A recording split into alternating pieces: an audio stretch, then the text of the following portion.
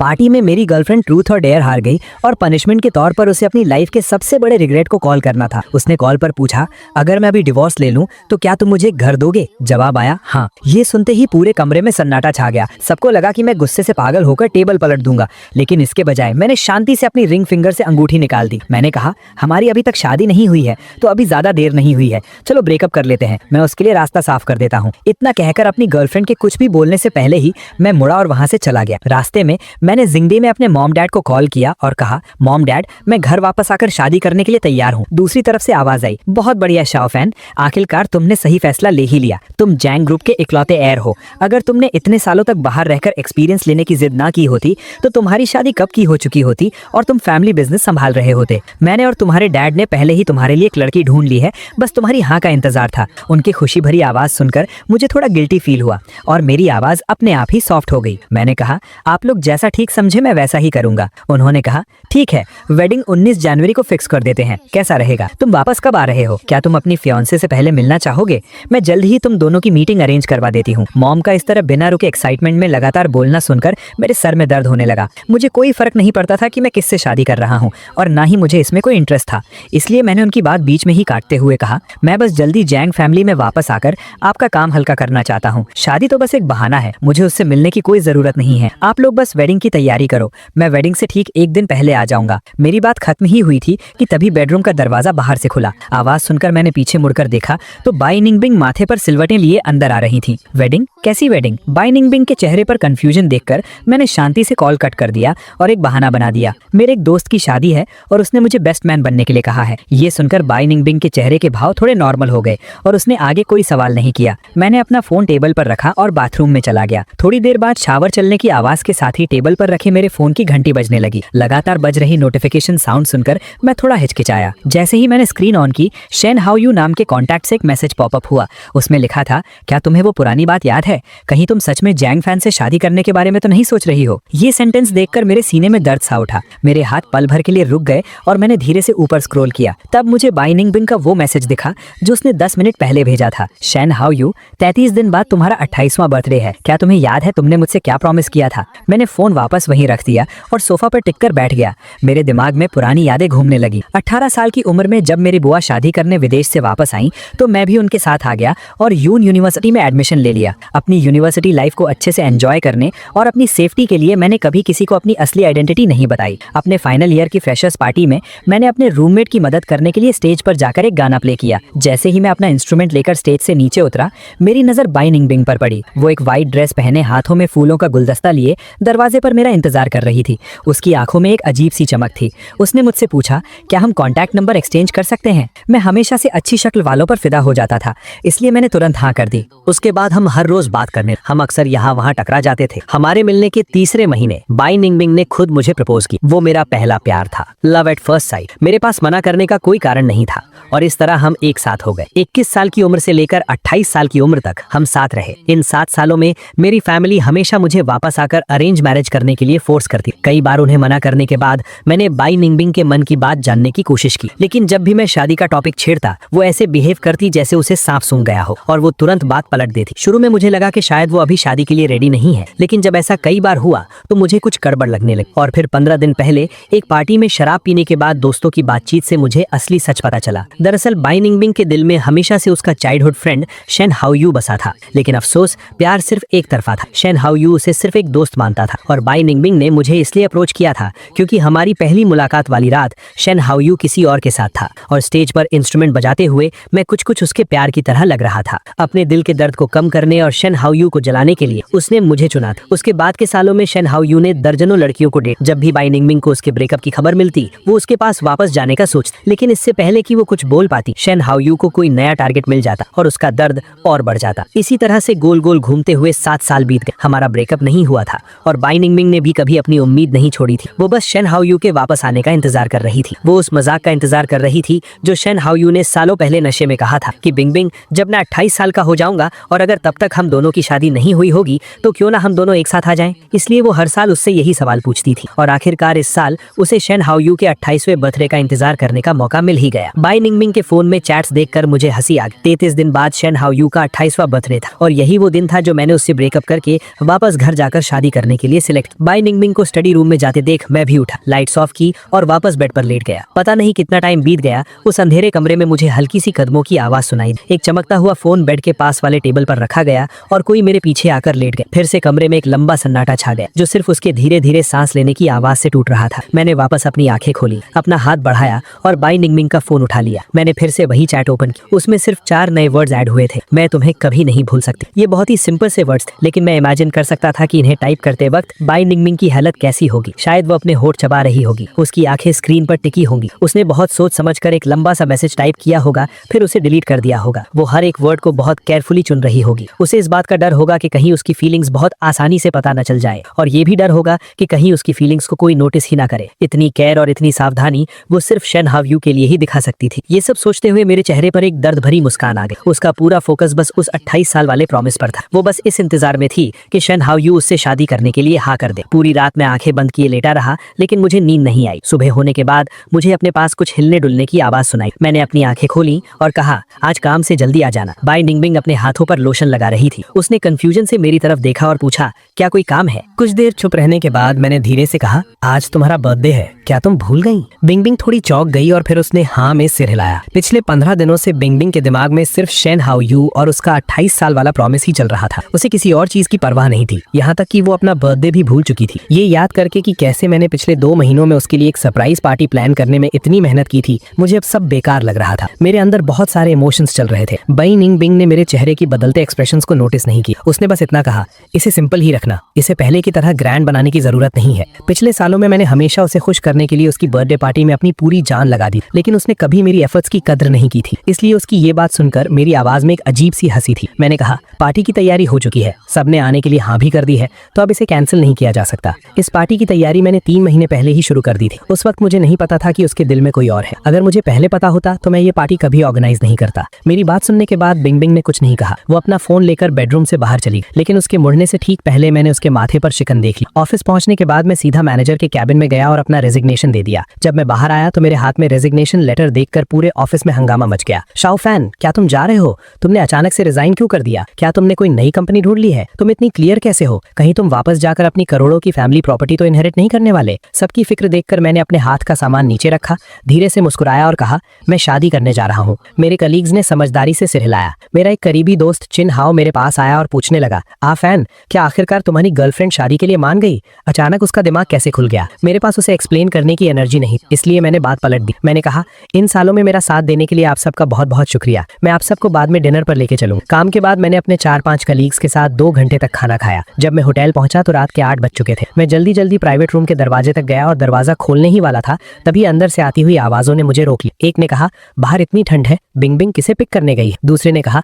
और कौन हो सकता है? शेन हाउ यू ही होगा। मैं उसके पास ही खड़ा था जब मैंने उसे कहते सुना कि शेन हाउ यू आज वापस आ रहा है, और वो तुरंत उसे लेने भाग गई। सच में? तब तो बिंगबिंग बहुत खुश होगी। आज उसका 28वां बर्थडे है और 1 महीने बाद शेन हाउ यू भी 28 का हो जाएगा। क्या वो सच में अपना प्रॉमिस पूरा करने के लिए वापस आया है? मैंने सुना है शेन हाउ यू फिर से सिंगल हो गया है। ऐसा लग रहा है कि वो सच में उसी के लिए वापस आया है। लेकिन अगर वो दोनों सच में एक साथ आ गए तो जियांग फैन का क्या होगा? हमने उससे इतने सालों तक ये बात छुपाई है। 7 साल हो गए और उसे तो ये भी नहीं पता कि शेन हाउ यू कौन है। वो अभी भी बिंगबिंग से पागलों की तरह प्यार करता है। इसमें हम क्या कर सकते हैं? बिंगबिंग तो शेन हाउ यू के प्यार में अंधी है। अगर शेन हाउ यू ने अपना प्रॉमिस पूरा कर दिया तो 100% जियांग फैन को लात पड़ने वाली है। वो अपनी किस्मत को ही दोष दे सकता है। अच्छी बात यह है कि उसका कोई खास बैकग्राउंड नहीं है, तो अगर उनका ब्रेकअप होता भी है तो उसे आसानी से हैंडल किया जा सकता है। हाँ, ये सच है कि उसने इन सालों में हमारे और बिंगबिंग के लिए बहुत कुछ किया है, लेकिन हम बिंगबिंग की फ्रेंड्स हैं तो हमें उसी की साइड लेनी पड़ेगी। अगर सच में ब्रेकअप होता है तो हम बिंगबिंग को मुश्किल में नहीं पड़ने देंगे। हम आगे आकर जियांग फैन को कोई गाड़ी या कुछ और दे देंगे ब्रेकअप फी समझकर। मैं चुपचाप उनकी बातें सुनता रहा,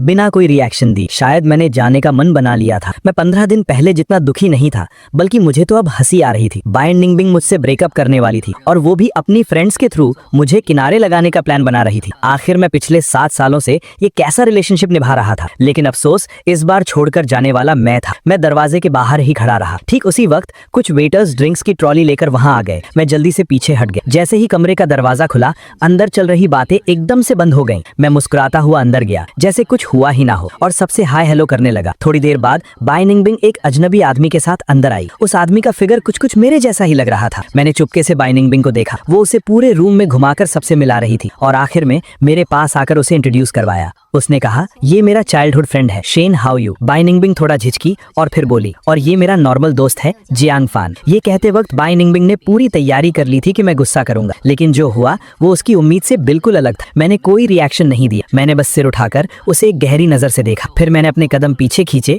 और उन दोनों से थोड़ा डिस्टेंस बना लिया। मेरे होठों पर एक बहुत ही नॉर्मल सी स्माइल थी। मैंने कहा, हेलो मिस्टर शीन, मैं बाई निंगबिंग का नॉर्मल दोस्त हूँ। इंट्रोडक्शन खत्म होने के बाद रूम में फिर से रौनक आ गई। शेन हाउ यू काफी ओपन नेचर का था और वो किसी से भी बात कर सकता था। वो हाथ में वाइन का गिलास लिए इधर उधर घूम रहा था। उसने बहुत से लोगों को अपने साथ पीने और गेम्स खेलने के लिए बैठा लिया। खेलते खेलते जब वो मजे में था तो उसके हाथों में कार्ड्स होने की वजह से उसे खाने में दिक्कत हो रही थी। उसने किसी को उसे तरबूज के कुछ टुकड़े खिलाने के लिए कहा। बाई निंगबिंग ने बिना कुछ सोचे अपने फॉक से एक टुकड़ा उठाया और उसे खिला दिया। शेन हाउ यू ने भी बिना कुछ सोचे समझे थोड़ा मुड़कर वो खा लिया और फिर उसका गिलास उठाकर आधी वाइन पी गया। मैं कुछ दूरी पर बैठा ये सब देख रहा था कि कैसे बाई निंगबिंग ने उस गिलास को पकड़ा हुआ था और उसे छोड़ नहीं रही थी। वो उसी गिलास से एक के बाद एक पैक पी रही थी और हर बार वो गिलास को ठीक वहीं से होठों से लगाती जहां से अभी अभी शेन हाउ यू ने पिया था। आखिर में वो काफी नशे में हो गई, लेकिन बर्थडे का मेन फंक्शन तो अभी बाकी था। सबने बर्थडे सॉन्ग गाना शुरू किया और उसे मोमबत्तियां बुझाकर विश मांगने के लिए कहा। शोरगुल से भरा कमरा अचानक शांत हो गया। मैं उठा,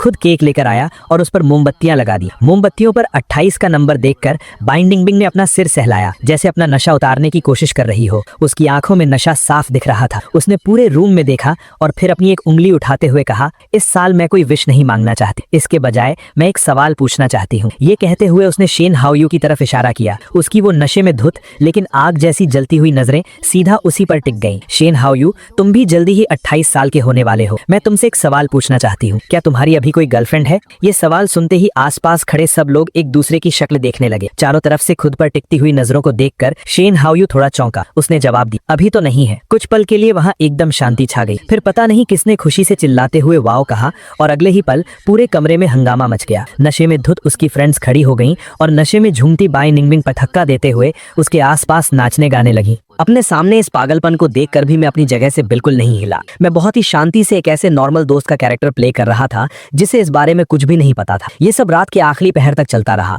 और आखिरकार वो बर्थडे पार्टी खत्म हुई। जब सब लोग चले गए तब मैंने बाई निंगबिंग को सहारा देकर कार में बैठी। वो अभी भी अपनी उसी खुशी में डूबी हुई। वो मेरी बाहों में गिर पड़ी और उसने अपने दिल की बहुत सी बातें कह डाली। वो रोती हुई आवाज में बड़बड़ा रही थी, शेन हाउ यू, मत जाओ, मेरे पास रुक जाओ ना। कोई और क्यों, मैं क्यों नहीं? मैंने तुम्हारा बहुत सालों तक इंतजार किया है। मैं हर रोज तुम्हारा इंतजार करती थी। आगे बैठा ड्राइवर पूरे रास्ते हमारी बातें सुनकर मुस्कुराता रहा। जब हम कार से बाहर निकल रहे थे तो उसने मुझे उस नशे में धुत लड़की को संभालते हुए देखा और वो मजाक करने से खुद को रोक नहीं पाया। उसने कहा, सर, आपकी गर्लफ्रेंड आपसे बहुत प्यार कर। मैंने ड्राइवर की तरफ देखकर एक हल्की सी स्माइल दी और बहुत ही काम टोन में कहा, वो शेन हाउ यू से बहुत प्यार करती, लेकिन मैं शेन हाउ यू नहीं हूँ। रात भर के हैंगओवर के बाद जब बाई निंगबिंग उठी तो उसे पिछली रात की सारी बातें याद आ गई। उसने मुझे पकड़ा और सफाई देने लगी। आफान, कल रात जैसे ही मैं क्लब पहुंची मुझे बहुत शराब पिला दी। मैंने शायद नशे में बहुत सी उल्टी सीधी बातें कह दी होंगी। वो सब मैंने नशे में कहा था। तुम उन बातों को दिल पर मत लेना। मुझे उम्मीद नहीं थी कि उसे कल रात की बातें याद होंगी और ना ही मुझे ये उम्मीद थी कि वो इतना घटिया बहाना बनाएगी, लेकिन फिर भी मैंने बहुत ही कामली उसकी इस एक्टिंग में उसका साथ दी। मैंने हल्का सा सिर हिलाया और कहा,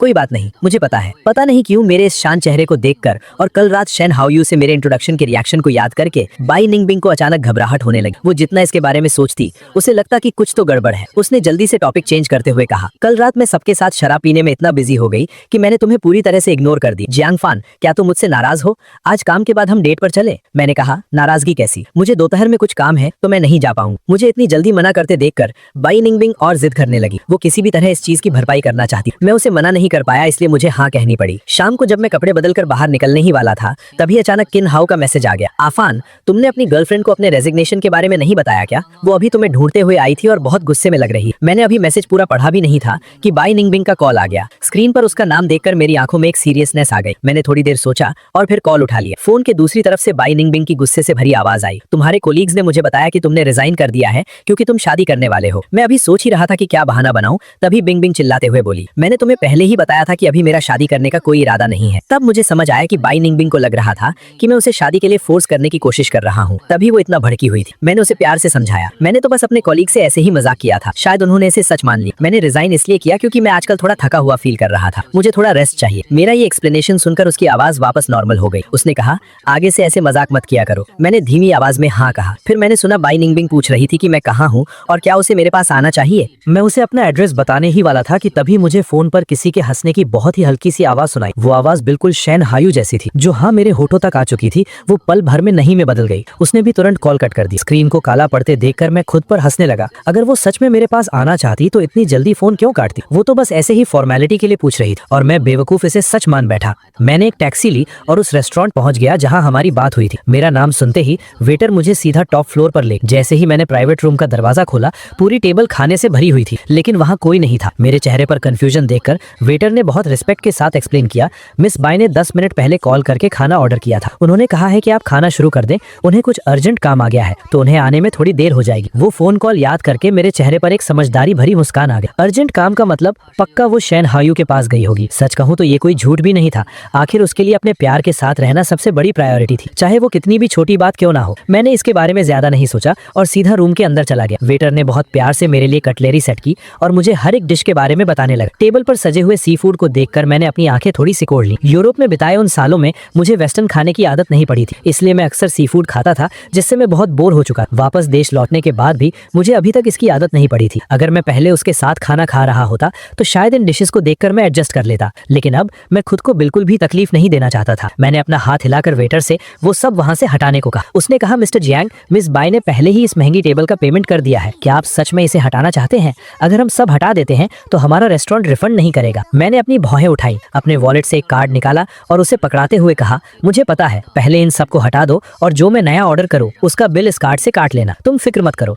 मैं पे कर सकता हूँ। मेरा खाना खत्म होने तक बाई निंगबिंग वहां नहीं आई। मुझमें भी उसका इंतजार करने की एनर्जी नहीं बची थी, इसलिए मैंने बिल पे किया और घर वापस आ गया। मैं अभी आधे रास्ते में ही था कि मेरे फोन पर कुछ मैसेजेस आए। अफान, क्या तुम आज रात घर से बाहर कहीं और रह सकते हो? हायू अचानक वापस आ गया है और उसका पुराना घर अभी साफ नहीं हुआ है, इसलिए वो वहाँ नहीं रह सकता। वो ठंड से जम गया है और उसके पेट में भी दर्द हो रहा है। उसे देखभाल की जरूरत है, तो क्या मैं उसे एक रात के लिए हमारे घर ला सकती हूँ? एक तरफ उसे शैन हायू की केयर करनी थी और दूसरी तरफ उसे ये डर भी था कि कहीं उसे हमारे बारे में पता न चल जाए। हमारा रिलेशनशिप सच में कितना मजाकिया हो गया था। इस बार मैं बाई निंगबिंग के इस नाटक में उसका साथ देने के मूड में बिल्कुल नहीं था। मैंने सीधा उससे पूछा, क्या वो तुम्हारा दोस्त नहीं है? तो फिर हमें अपना रिलेशनशिप उससे क्यों छिपाना चाहिए और तुम इसे कब तक छिपाना चाहती हो? मैसेज भेजने के बहुत देर बाद उसका रिप्लाई आया। बाई निंगबिंग ने कोई सफाई नहीं दी, बस एक डेट लिखकर भेज दी, 18 जनवरी। अगर ये पहले की बात होती तो मुझे बिल्कुल समझ नहीं आता कि उसने ये डेट क्यों चुनी है, लेकिन अब मुझे पता था कि 18 तारीख को शैन हायू का बर्थडे है। अगर उस दिन शैन हायू अपना प्रॉमिस पूरा करता है और उसके साथ आ जाता है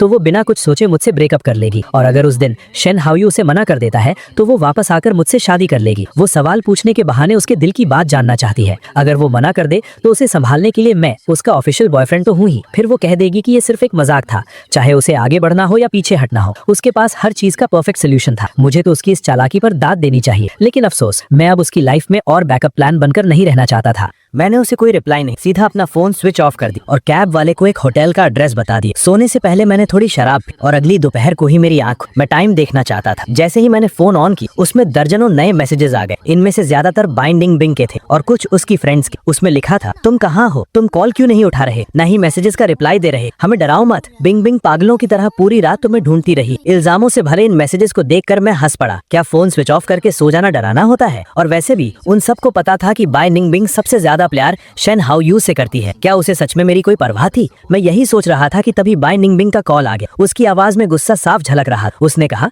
आफान, हायू बस एक रात रुकने के लिए आया था। क्या तुम्हें इतना गुस्सा होने की जरूरत है? अगर तुम खुश नहीं थे तो अपना गुस्सा इस तरह तो नहीं निकालना चाहिए था। मुझमें उसे और एक्सप्लेन करने की हिम्मत नहीं थी, इसलिए मैंने बहाना बना दी। मैंने कहा, मैं गुस्सा नहीं हूँ, मेरे फोन की बैटरी डेड हो गई थी, इसलिए वो अपने आप स्विच ऑफ हो गया। अगर पहले की बात होती तो बाई निंगबिंग मेरी इस बात पर यकीन कर लेती, लेकिन आज पता नहीं क्यों उसे शक हो गया। उसने पूछा, तो फिर ऐसा क्यों है कि मैं पहले तुमसे हमेशा कांटेक्ट कर पाती थी, सिर्फ कल रात ही तुम्हारा फोन स्विच ऑफ क्यों था? उसके इस सवाल ने मुझे चौंका दिया और मुझे पुरानी बातें याद आ गई। कुछ साल पहले एक रात बाई निंगबिंग के पेट में बहुत दर्द था। वो अपनी सेक्रेटरी को कॉल कर रही थी, लेकिन गलती से मुझे कॉल लगी। ये सुनकर मैं तुरंत उठा और उसके लिए दवा लेकर गया। पिछले साल जब वो बिजनेस ट्रिप पर विदेश गई थी तो वहाँ 7-8 घंटे का टाइम डिफरेंस। बाई निंगबिंग को यहाँ का टाइम याद नहीं रहा और उसने रात के 3-4 बजे मुझे एक डॉक्यूमेंट के लिए कॉल कर दी। मैंने अपनी नींद उड़ाई और उठकर कंप्यूटर पर उसके लिए वो डॉक्यूमेंट ढूंढा। 3 महीने महीने पहले ही मेरा अपेंडिक्स का ऑपरेशन हुआ था। मैं बस ऑपरेशन थिएटर से बाहर ही आया था और एनेस्थीसिया का असर भी पूरी तरह से नहीं उतरा था, तभी उसका मैसेज आया कि उसे मिल्क टी पीनी है। मैंने एक नर्स से रिक्वेस्ट करके उसके लिए वो भिजवाई। ये सारी छोटी छोटी चीजें इस बात का सबूत थी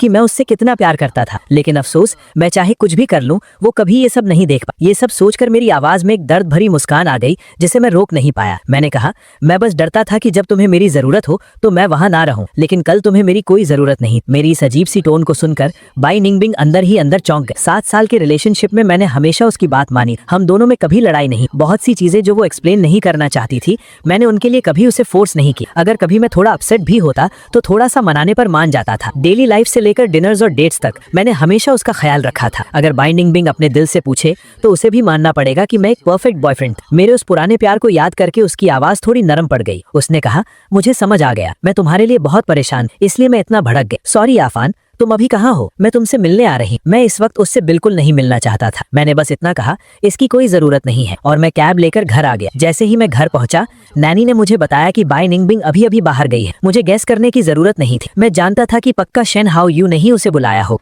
हवा में अभी भी किसी आदमियों वाले परफ्यूम की महक थी। मैंने उससे नहीं पूछा कि वो कहाँ गई है। मैंने बस नैनी को धीरे से खिड़की खोलने के लिए कह दिया ताकि ताजी हवा आ सके। अगले 15 दिनों तक मैंने बाई निंगबिंग को नहीं देखा। ऐसा लग रहा था जैसे मैं भूल ही गया हूँ कि मेरी कोई गर्लफ्रेंड भी है। ना कोई कॉल किया, ना किसी मैसेज का रिप्लाई दिया। शेन हायू की सोशल मीडिया पोस्ट से मुझे साफ पता चल रहा था कि वो कहाँ है, लेकिन मैं उससे पूछना नहीं चाहता था कि वो कहाँ जाती है, और ना ही मैं ये जानना चाहता था कि उसके दिमाग में क्या चल रहा है। मेरे लिए तो बस अब हर दिन एक काउंटडाउन की तरह था। मैं उस इंसान पर अपना टाइम और एनर्जी वेस्ट नहीं करना चाहता था जिसे आखिरकार मुझे छोड़ना ही था। न्यू ईयर की रात आसमान से बर्फ गिर रही थी। मेरा मूड अच्छा था, इसलिए मैं पूरी रात कांच की बड़ी खिड़की के सामने बैठकर मूवी देखता रहा। सुबह के वक्त बाहर आतिशबाजी की आवाजें आ रही। मैं थोड़ा थक गया था, इसलिए रॉकिंग चेयर पर लेटकर सोशल मीडिया स्क्रॉल करने लगा। पूरी रात शांत रहने वाले दरवाजे के बाहर अचानक से कदमों की आवाज आई। मैं चेयर से उठा और मैंने देखा कि बाई निंगबिंग नशे में धुत वापस आई है। वो लड़खड़ाती हुई अंदर आई और अपने हाथ में पकड़े हुए बहुत सारे बैग सोफा पर फेंक दी। फिर उसने मेरे सामने उन्हें एक एक करके खोलना शुरू कर दी। ये वो 2 मफलर्स हैं जो मैंने अभी खरीदे हैं। बाहर इतनी बर्फ गिर रही है।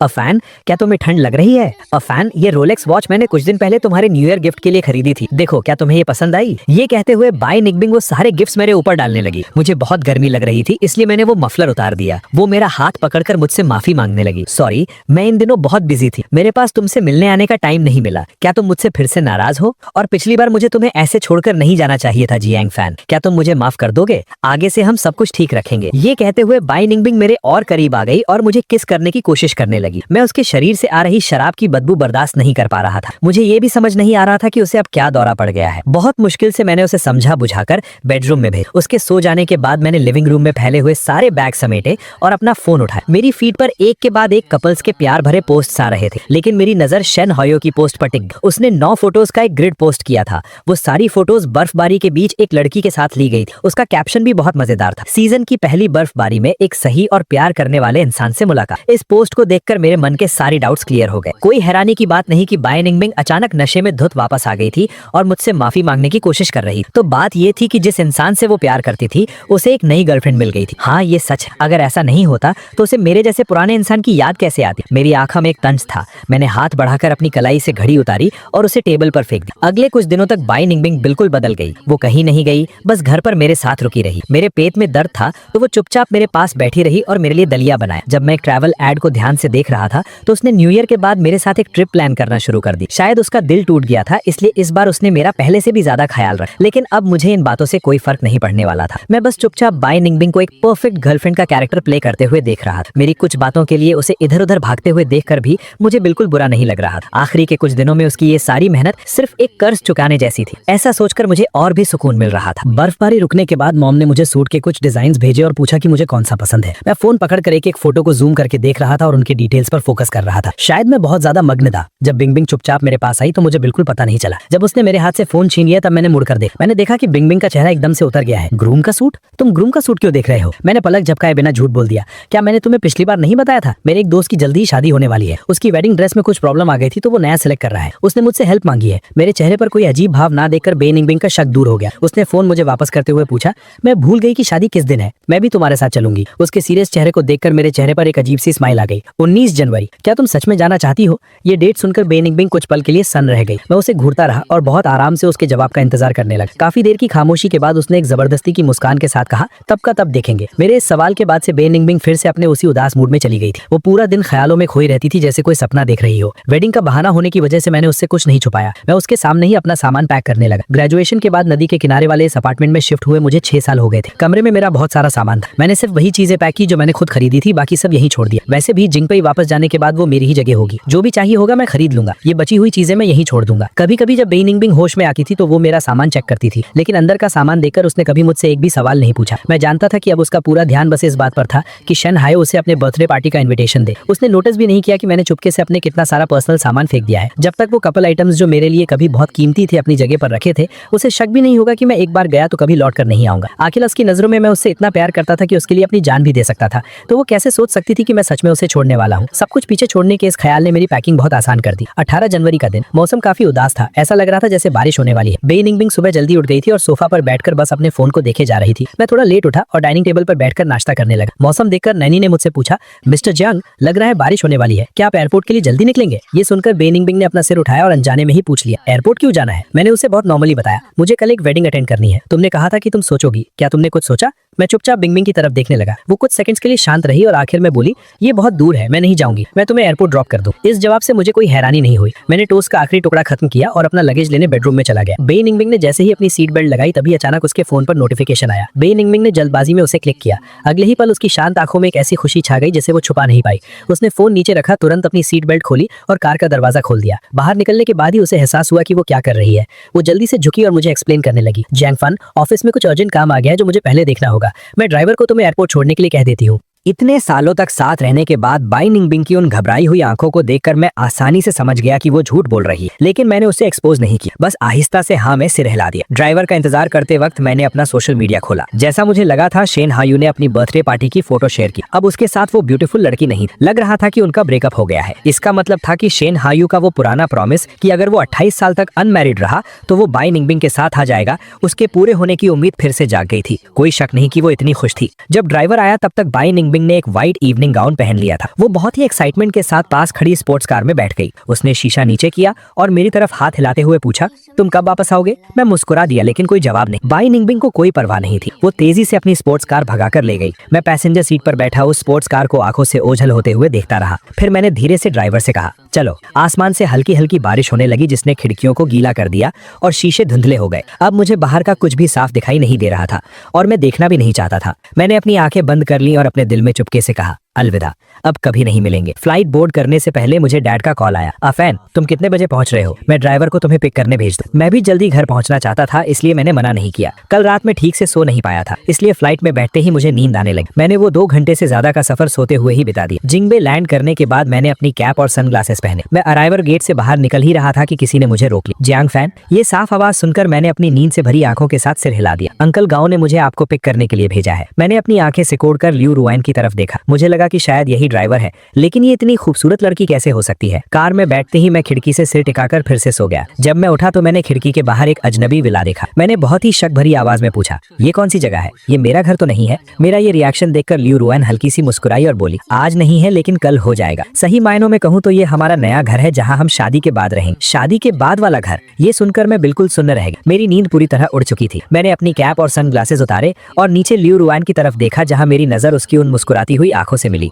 मेरी आंखों में हैरानी देखकर लियू रुआन को भी सब समझ आ गया। उसने अपना हाथ आगे बढ़ाया और बोली, मैं खुद को इंट्रोड्यूस करना भूल गई, मिस्टर जियांग, मैं लियू रुआन हूँ। मैंने एक अजीब सी मुस्कान के साथ अपना हाथ आगे बढ़ाया और लियू रुआन से हाथ मिलाया। मेरी आवाज में थोड़ी शर्मिंदगी थी। मैंने कहा, आई एम सॉरी, मेरी नींद पूरी नहीं हुई थी तो मैं पहचान नहीं पाया। मैं जियांग फैन हूँ। लियू रुआन मुस्कुराई। उसकी आवाज बहुत हल्की थी और उसे बिल्कुल बुरा नहीं लगा। उसने कहा, कोई बात नहीं, आगे हमारे पास एक दूसरे को जानने के लिए बहुत वक्त होगा। ठीक उसी वक्त दूसरी तरफ बाई निंगबिंग प्राइवेट रूम के बाहर अपने गाउन को ठीक कर रही और उसके हर एक फोल्ड को सीधा कर रही। उसका फोन वाइब्रेट हुआ। उसने निकाल कर देखा तो वो ड्राइवर का मैसेज था जिसमें लिखा था कि मिस्टर जियांग ने फ्लाइट बोर्ड कर ली है। काफी सोचने के बाद उसने एक मैसेज भेज ही दिया, पहुंचने के बाद मुझे बता देना कि तुम सेफ हो। खुद को संभालने के बाद बाई निंगबिंग ने एक गहरी सांस ली और दरवाजा खोल दिया। उसकी नजरें सीधा सेंटर में खड़े उस इंसान पर टिक गईं जिसके वो सपने देखती थी। उसकी हार्ट बीट अपने आप तेज हो गई। वो तेजी से उसके पास गई। कुछ लोगों की भीड़ के पीछे से उसने कुछ लड़कों को मजाक करते हुए, हाउ यू, आज तो तुम्हें उससे हमसे मिलवाना ही पड़ेगा, तुमने उसे इतने लंबे टाइम से छुपा कर रखा है। शेन हाओ यू ने कहा, इतनी जल्दी क्या है, जब मैं अपनी विश मांगूंगा तब तुम सबकी आंखें खुली की खुली रह जाएंगी। बाई निंग बिंग को 1 महीने पहले अपनी बर्थडे पार्टी की बात याद आ गई। उसकी आंखों में अचानक एक उम्मीद जाग उठी। 16 साल की उम्र में किया गया वो मजाक क्या आज वो सच होने वाला था? कुछ घंटों तक बाई निंग बिंग के दिमाग में सिर्फ यही बात घूम रही। घबराहट में उसने शराब के कई घूंट पी ली। जब केक लाया गया तो उसके हाथ हल्के हल्के कांप रहे। उसकी फ्रेंड्स उसके चारों ओर खड़ी थी। उनकी आंखों में एक अजीब सी खुशी थी। बिंग बिंग, तुम्हारा सपना सच होने वाला है, तुम्हें कैसा लग रहा है? बाई निंग बिंग ने अपना सर नीचे किया और चुपचाप मुस्कुराती रही। टैंग यान भी ये तमाशा देख रही थी। अचानक उसे कुछ याद आया। उसने अपना हाथ बाई निंग बिंग के कंधे पर रखा और पूछा, अगर ये सच हो गया तो जैंग फैन का क्या होगा? शेन हाओ यू की बर्थडे पार्टी में जैंग फैन का नाम सुनकर बाई निंग बिंग की मुस्कान एकदम से गायब हो गई और उसके दिल में थोड़ा गिल्ट आ गया। उसका उतरा हुआ चेहरा देखकर उसकी फ्रेंड्स उसे संभालने लगे। कोई बात नहीं, उससे ब्रेकअप कर लो, अभी इसी वक्त ब्रेकअप कर लो। वैसे भी वो बस एक नॉर्मल लड़का ही तो है, उससे पीछा छुड़ाना आसान होगा। हाँ, अगर उसने कोई तमाशा किया तो हम उसे हैंडल कर लेंगे। बिंग बिंग, तुम चिंता मत करो। उन सबके चढ़ाने पर बाई निंग बिंग ने अपना फोन निकाला और कुछ टाइप किया, लेकिन उसकी उंगली सेंड बटन पर जाकर रुक गई। उसे ऐसे हिचकिचाते हुए देखकर कुछ फ्रेंड्स बेताब हो उठे। उन्होंने उसका हाथ पकड़ा और बटन दबा दिया। स्क्रीन पर लिखा था, पहुंच गए, मुझे बता दें। और उसके ठीक नीचे एक नया मैसेज चला गया, हम ब्रेकअप कर रहे हैं। दोनों मैसेजेस के बीच 3 घंटे का गैप था। टाइम के हिसाब से मेरी फ्लाइट लैंड कर चुकी होगी और मुझे जल्दी ही वो मैसेज मिल जाए। बाई निंग बिंग अभी भी यही सोच रही थी कि तभी उसकी फ्रेंड्स उसे सीधा पार्टी के सेंटर में ले गई। बर्थडे सॉन्ग के शोर और बाई निंग बिंग की बेताब उम्मीदों के बीच शेन हाओ यू ने अपने दोनों हाथ जोड़े और पूरे दिल से एक विश मांगी। उसने कहा, मैं उम्मीद करता हूँ कि 28 साल की उम्र में मेरे लिए सब कुछ अच्छा हो और मैं अगले साल रुक शुए के साथ मिलकर विश मांग सकूं। अगले ही पल बाई निंग बिंग का मुस्कुराता हुआ चेहरा एकदम पीला पड़ गया। कमरे में खड़े बाकी सब लोग भी हैरान थे। सब पूछने लगे, रुक शुए कौन है, हमें भी मिलवाओ। लोगों के ऐसे मजे लेने पर शेन हाओ यू का चेहरा खुशी से लाल हो गया। उसने कहा, वो मेरी नई गर्लफ्रेंड है। इतना बोलते ही बाहर से किसी ने दरवाजा खोला। एक बहुत ही खूबसूरत लड़की धीरे धीरे अंदर आई। उसने सबको देखकर मुस्कुराते हुए कहा, हेलो एवरीवन, मैं शेन हाओ यू की गर्लफ्रेंड हूँ, शया रुक शुए। उस शोर शराबे के बीच शेन हाओ यू मुस्कुराते हुए अपनी नई गर्लफ्रेंड का हाथ पकड़े अपने दोस्तों को अपने रिलेशनशिप की छोटी छोटी डिटेल्स बता रहा था। बाई निंग बिंग कोने में बैठकर अपनी फ्रेंड्स के साथ एक के बाद एक पैग पी रही। पीते पीते वो सब नशे में हो गई। टैंग यान लड़खड़ाती हुई उठी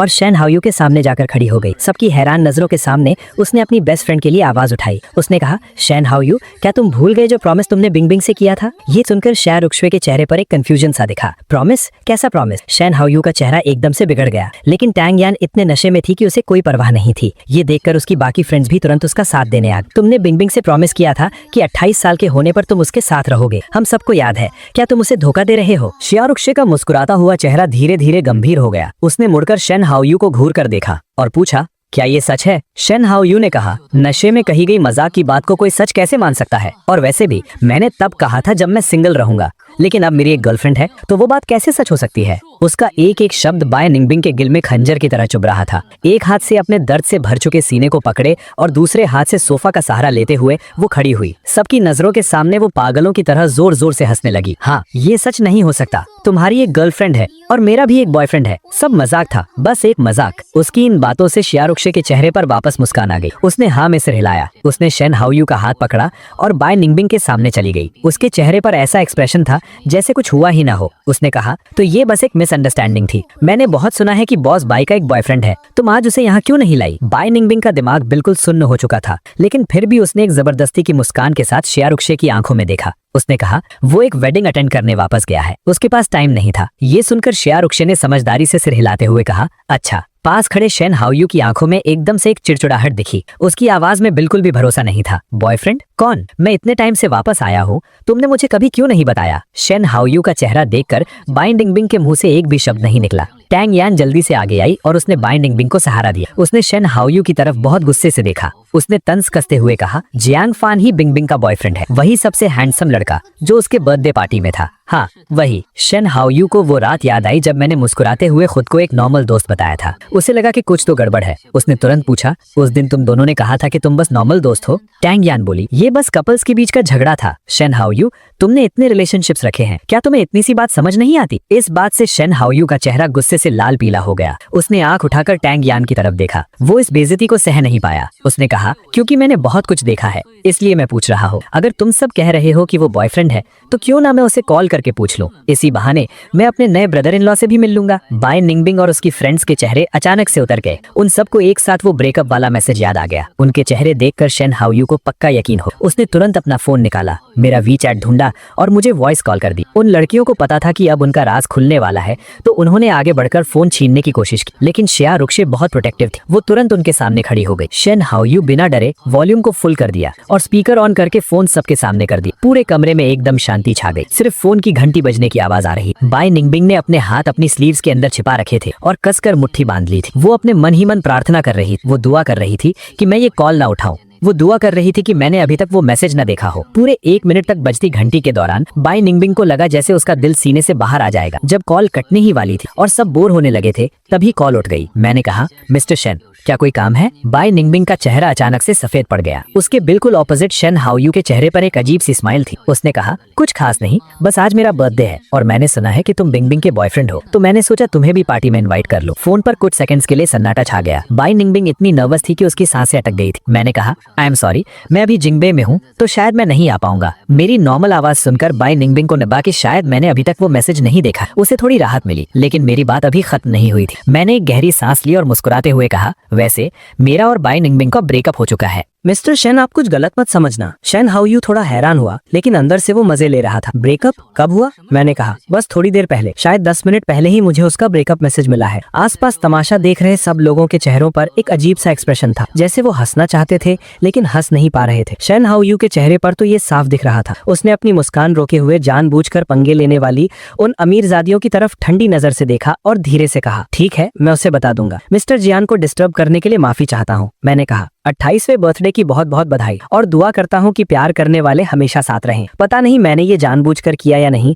लेकिन जब मैंने उससे विश किया तो मैंने 28 साल वाले शब्दों पर बहुत जोर दिया। मैं सबको ये बताना चाहता था कि मुझे अंदर की सारी कहानी पता है। वहाँ किसी की हिम्मत नहीं हुई कि कोई मुझसे कुछ पूछे। वो बस देखते रहे और कॉल कट हो गई। कमरे का माहौल अचानक से बर्फ जैसा ठंडा हो गया। वहाँ 5-6 मिनट तक एकदम शांति छाई रही। आखिरकार श्रेया रुक्सुए ने बीच बचाव किया। उसने बाई निंगबिंग को एक ड्रिंक ऑफर की और बड़ी आसानी से बात को टाल दिया। बाई निंगबिंग ने अपने गिलास की आखिरी बूंद तक खत्म की, गिलास को जोर से टेबल पर पटका और अपनी फ्रेंड्स के साथ पार्टी से निकल गई। बाहर निकलने से पहले बिंगबिंग ने धुंधली सी आवाज में श्रेया रुक्सुए को किसी से बात करते हुए सुना, हाउ यू, क्या ये मिस्टर जियांग जिंगबे से हैं? मैंने कुछ ऐसा सुना था, क्या बात है? श्रेया रुक्सुए ने कहा, कुछ नहीं, जिंगबे और जियांग सर ने मुझे कुछ जाना पहचाना सा लग रहा है। शायद मैं कुछ ज्यादा ही सोच रही हूँ। पार्टी हॉल से बाहर निकलते ही सारी फ्रेंड्स उसके आसपास आ गई। वो बाई निंगबिंग को एक दूसरे प्राइवेट रूम में ले गई और एक साथ उसे समझाने लगी, बिंगबिंग, शेन हाओयू जैसे इंसान से शादी ना करना ही तुम्हारे लिए अच्छा है। पिछले 7 सालों में उसने जितनी लड़कियों को डेट किया है, अगर तुम उससे शादी करती तो पता नहीं आगे क्या होता। ऐसे इंसान से शादी करना खतरे से खाली नहीं है जो हर किसी से प्यार करने का नाटक करता है। तुम्हारा ए फैन के साथ रहना ही ठीक है। हाँ, ए फैन के इस मामले में शेन हाओयू से कम है। वो आज पक्का गुस्से में होगा, इसलिए उसने ऐसा कह दिया। बिंगबिंग, तुम वापस जाकर उसे प्यार से समझाना और उसे सब सच सच बता देना। वो तुमसे इतना प्यार करता है, वो पक्का तुम्हारी बात समझ जाएगा। अपनी फ्रेंड्स की इन बातों से बाई निंगबिंग का उदास मन थोड़ा शांत हुआ। उसने अपना फोन निकाला, मेरा नंबर ढूंढा और बहुत सोच विचार करके एक मैसेज टाइप किया, ए फैन, मैं अभी सबके साथ एक गेम खेल रही थी और मैं हार गई। पनिशमेंट ये था कि मुझे अपने बॉयफ्रेंड को ब्रेकअप का मैसेज भेजना था और फिर किसी से कॉल करवाकर तुम्हारा रिएक्शन देखना था। तुम इसे सच मत मानना। तुम्हें जिंगबे पहुंचे हुए कितना टाइम हो गया? क्या तुम होटल पहुंच गए या तुम वेडिंग वेन्यू सेटअप करने में बिजी हो? तुम कल वापस आओगे या परसों? मैं तुम्हें पिक करने आ जाऊंगी, ठीक है? मैसेज भेजे हुए बहुत देर हो गई थी, लेकिन मेरा कोई रिप्लाई नहीं आया। बाई निंगबिंग स्क्रीन को घूरे जा रही और उसका दिल घबराहट से धड़क रहा था। उसकी फ्रेंड्स ने एक दूसरे को देखा और उसका ध्यान भटकाने की कोशिश करने लगी। वो पक्का वेडिंग में बहुत बिजी होगा। बिंगबिंग, तुम ज्यादा मत सोचो। जब जियांग फैन फ्री होगा तो वो रिप्लाई कर देगा। अगर वो सच में बहुत नाराज हुआ तो हम कल तुम्हारे साथ जिंगबे चलेंगे और खुद जाकर उससे माफी मांग ले। जब मुझे बाई निंगबिंग का मैसेज मिला तब मैं कमरे में लियो रुयान के साथ उसकी वेडिंग ड्रेस सिलेक्ट कर रहा था। मैंने मैसेज ओपन किया। पहली लाइन पढ़ते ही मैं अपनी हंसी नहीं रोक पाया। मुझे लगा मौके पर ही इतना अच्छा बहाना बना लेना। उसका दिमाग सच में बहुत तेज चलता, लेकिन अफसोस, अब मैं उसकी किसी भी बात पर यकीन नहीं करने वाला था। मैं इमेजिन कर सकता था कि कैसे शेन हाओयू ने सबके सामने उसे रिजेक्ट कर दिया होगा और अब अपनी बेइज्जती छुपाने के लिए वो ये सब कर रही थी। उस अजीब से फोन कॉल को याद करके मुझे लगा कि पार्टी का नजारा तो सच में देखने लायक रहा होगा। इस वक्त मुझे अचानक थोड़ा अफसोस हुआ कि मैं उस नजारे को अपनी आंखों से नहीं देख पाया। मैंने एक गहरी सांस ली। अपने गाउन को ठीक कर रही लियो रुयान ने मेरी आवाज सुनी और अपना सिर ऊपर उठाया। क्या हुआ? क्या ये वेडिंग ड्रेस अच्छी नहीं लग रही? मैं किसी को नई ड्रेसेस लाने के लिए कह देती। मैंने कहा, नहीं, बस शादी के चक्कर में मैंने एक बहुत अच्छा तमाशा मिस कर दी। मुझे उसी बात का थोड़ा अफसोस है। तमाशा? कैसा तमाशा? क्या तुम मुझे बताना चाहोगी? मुझे अपनी नई लाइफ में इंटरेस्ट था, लेकिन मुझे पता था कि अपने फियांसे के सामने अपनी एक्स गर्लफ्रेंड की बात करना ठीक नहीं होगा, इसलिए मैंने बात पलटने की सोची। मैंने कहा, शंघाई में मेरे कुछ दोस्तों की बर्थडे पार्टी थी और वहाँ कुछ गड़बड़ हो गई। कोई बड़ी बात नहीं, हम अपनी वेडिंग की तैयारियों पर ही फोकस करते। मुझे ज्यादा कुछ बताते हुए ना देखकर लियो रुयान ने भी और सवाल नहीं पूछे। वो लिविंग रूम से कुछ स्वीट्स ले आई। क्या तुम थोड़ा हंग्री फील कर रही हो? पहले थोड़ा खाकर पेट भर लो, बाद में फ्री होने पर मैं तुम्हें बाहर खाने ले चलूंगा। तुम क्या खाना चाहती हो? मुझे सच में थोड़ी भूख लग रही थी। मैंने लियू रुयान से पूछा कि वो क्या खाना चाहती है और सब कुछ नोट कर लिया। फिर मैं बाहर गया और ऑर्डर प्लेस करते हुए गहरी सोच में डूब गया। जो इन्फॉर्मेशन मुझे अभी मिली थी उसके हिसाब से लियू रुयान जिंगबे की लियू ग्रुप की तीसरी बेटी और मुझसे 2 साल छोटी है। उसकी एक बड़ी बहन है जो उससे 2 साल बड़ी है और सबसे बड़ी बहन उससे 5 साल बड़ी है। वो इस समय लियू ग्रुप की वाइस प्रेसिडेंट है और लियू रुयान उसी के हाथों बड़ी हुई है, इसीलिए उसका कैरेक्टर बहुत अच्छा है। पिछले कुछ सालों में जियांग और लियू फैमिली का मिलना जुलना काफी बढ़ गया था और जियांग फैमिली ने बहुत छानबीन करने के बाद ही मैरिज अलायंस का प्रपोजल रखा था। मेरी मॉम के अनुसार लियू रुयान ने मेरी फोटो को बस एक बार देखा और हाँ कर दी। ऐसा लग रहा था कि वो मुझसे काफी सेटिस्फाइड थी। मैं इस बात से बिल्कुल अग्री नहीं करता था। आखिरकार मैंने अपना पिछला रिलेशनशिप खत्म कर दिया था और मैं यहाँ सच में शादी करने और जियांग फैमिली के लिए कुछ करने वापस आया था। शुरू से लेकर आखिर तक मैंने इस मैरिज अलायंस को दिल पर नहीं लिया था। मेरा बस यही सोचना था कि अगर निभ गई तो ठीक, वरना डिवोर्स ले लेंगे। वो मेरी मॉम से लव एट फर्स्ट साइट जैसी बातें कर रही थी। एक पूरी दोपहर साथ बिताने के बाद भी हम दोनों अभी तक बहुत क्लोज नहीं हुए थे, लेकिन छोटी छोटी डिटेल से मैं फील कर सकता था कि मेरी ये फियांसे काफी अच्छी। उसके लुक्स के बारे में तो कुछ कहना ही नहीं, वो एकदम टॉप क्लास है और उसका नेचर अभी तक तो बहुत जेंटल और काइंड लग रहा था। वो काम भी बहुत सिस्टमैटिकली करती थी, काफी केयरफुल थी और दुनियादारी भी अच्छे से समझती थी। कुल मिलाकर अचानक मिली इस फियांसे से मैं सेटिस्फाइड था। सेटिस्फैक्शन के साथ साथ एक छोटा सा सरप्राइज भी था। ऐसा लग रहा था कि मेरे मॉम डैड की पसंद काफी अच्छी है। पूरी रात शराब पीने के बाद बाय निंगबिंग ने उठते ही सबसे पहले अपना फोन चेक किया कि मैंने उसके मैसेज का रिप्लाई किया है या नहीं। 10 घंटे से ज्यादा बीत चुके थे, लेकिन चैट बॉक्स अभी भी खाली था। बाय निंगबिंग ने अपनी आंखें जोर से मली और गुस्से में अपना फोन दीवार पर दे मारा, जिससे सब लोग अचानक जाग गए। उसकी ये हरकत देखकर सबकी नींद उड़ गई। किसी ने नहीं सोचा था कि मैं यानी जियांग फान भी ये हार्ड टू गेट वाले गेम्स खेलूंगा। उसके दोस्तों ने कहा कि टेंशन मत लो बाय निंगबिंग, हम सब तुम्हारे साथ चलकर उसे मना लाएंगे। बाकी सब भी तुरंत उसके पास आए और उसे कंफर्ट करने लगे, जिससे उसे थोड़ा बेटर फील हुआ। बाहर से निकलते ही वो सब सीधे एयरपोर्ट की तरफ निकल पड़े। रास्ते में बाई दूर ऊंची बिल्डिंग्स को घूरती हुई सोच में डूबी थी। उसके दिल में थोड़ा रिग्रेट था। अगर उसे पता होता कि ये बस एक झूठी उम्मीद है तो वो कल ही मेरे साथ जिंगबे जाने के लिए हाँ कर देती। ये सोचते सोचते वो और भी ज्यादा उदास होने लगी और बस खुद को तसल्ली देने की कोशिश करने लगी। उसने सोचा कि चलो अच्छा हुआ वो नहीं गई। शैन हायू की वो बातें सुनकर अब उसकी सारी उम्मीदें टूट चुकी। इन सालों में उसने कई बार हार मानने की कोशिश की, लेकिन उस 28 अप्रैल वाले प्रॉमिस की वजह से हमेशा एक उम्मीद लगाए बैठी थी। खासकर मेरे साथ रिलेशनशिप में आने के बाद वो लगभग पागल हो चुकी थी। उसे समझ नहीं आ रहा था कि वो अपने इतने लॉयल बॉयफ्रेंड यानी मुझे किस मुंह से फेस करे। अब इस डबल चॉइस का फाइनल डिसीजन लेने का टाइम आ गया था। उसने हिचकिचाते हुए अपनी फ्रेंड से पूछा, अगर आज मैं उसे मना नहीं कर पाई तो मैं मैरिज प्रपोज करने का ट्राई करूंगी। तुम लोगों को क्या लगता है? मैरिज वर्ड सुनते ही उसकी फ्रेंड्स की आंखें फटी की फटी रह गई। उन्होंने कहा, जियांग फान से शादी? तुम्हारी फैमिली बैकग्राउंड को देखते हुए तुम्हारे मॉम डैड कभी नहीं मानेंगे। वो अच्छा है, गुड लुकिंग है और उसका नेचर भी बढ़िया है, लेकिन मुझे लगता है कि बस डेटिंग तक ठीक है। सच कहूँ तो वो शादी के लिए तुम्हारे लेवल का नहीं है। हालांकि सब लोग उसकी उम्मीदों पर पानी फेर रहे, लेकिन बाय निंगबिंग ने उनकी एक नहीं सुनी। वो सीट पर पीछे टिक कर बैठ गई और उसके दिमाग में मेरे साथ बिताए हुए सारे पल फ्लैशबैक की तरह चलने लगे। उसके 25th बर्थडे के बाद से मैं हर कुछ महीनों में डायरेक्टली या इनडायरेक्टली शादी की बात छेड़ देता था ताकि उसका रिएक्शन जान सक। वो मेरी फीलिंग्स जानती थी। उसे पता था कि मेरी फैमिली प्रेशर डाल रही, लेकिन अपने सेल्फिश रीजंस के लिए वो हमेशा अनजान बनने की एक्टिंग करती रही। अब हम दोनों की उम्र भी कम नहीं थी और मैं उससे बेवजह प्यार करता था, इसलिए अब वो मुझे खोना नहीं चाहती। हालांकि शादी की इस राह में बहुत मुश्किलें थी, लेकिन वो ट्राई करने के लिए तैयार थी। ये सब सोचते हुए बाय निंगबिंग ने आखिरकार जिंगबे में मुझे प्रपोज करने का डिसीजन ले ही लिया। उसने अपनी असिस्टेंट को मैसेज किया कि वो उन वेडिंग रिंग्स को ऑक्शन में खरीद ले जो कुछ समय पहले इंटरनेट पर बहुत वायरल हुई। फ्लाइट में चढ़ने से ठीक पहले उसकी असिस्टेंट का रिप्लाई आया कि वो रिंग्स किसी ने 900 मिलियन के भारी प्राइस पर खरीद ली है। बाय निंगबिंग थोड़ी शॉक हो गई। बस एक वेडिंग रिंग के जोड़े के लिए इतना हाई प्राइस? बाय निंगबिंग ने बायर का नाम पूछा तो असिस्टेंट ने बस एक वर्ड में रिप्लाई किया, लियू। जिंगबे की लियू फैमिली। उस एलीट सर्कल में इस मशहूर सरनेम को याद करके बाय निंगबिंग भी थोड़ी हैरान रह गई, लेकिन उसकी लियू फैमिली की सेकंड डॉटर से थोड़ी बहुत जान पहचान थी,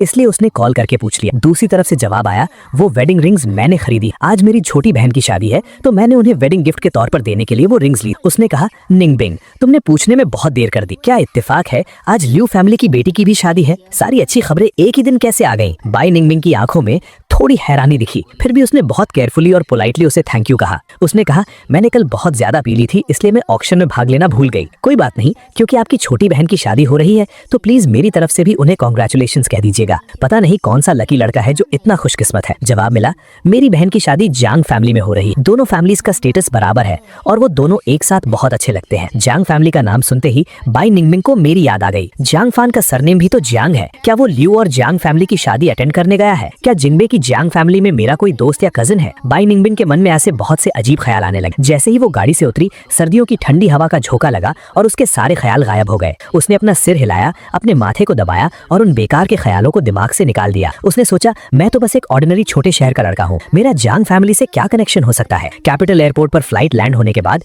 बाई निंगबिंग ने मुझे कॉल किया। ऐसा लग रहा था कि मेरा गुस्सा अभी तक शांत नहीं हुआ था।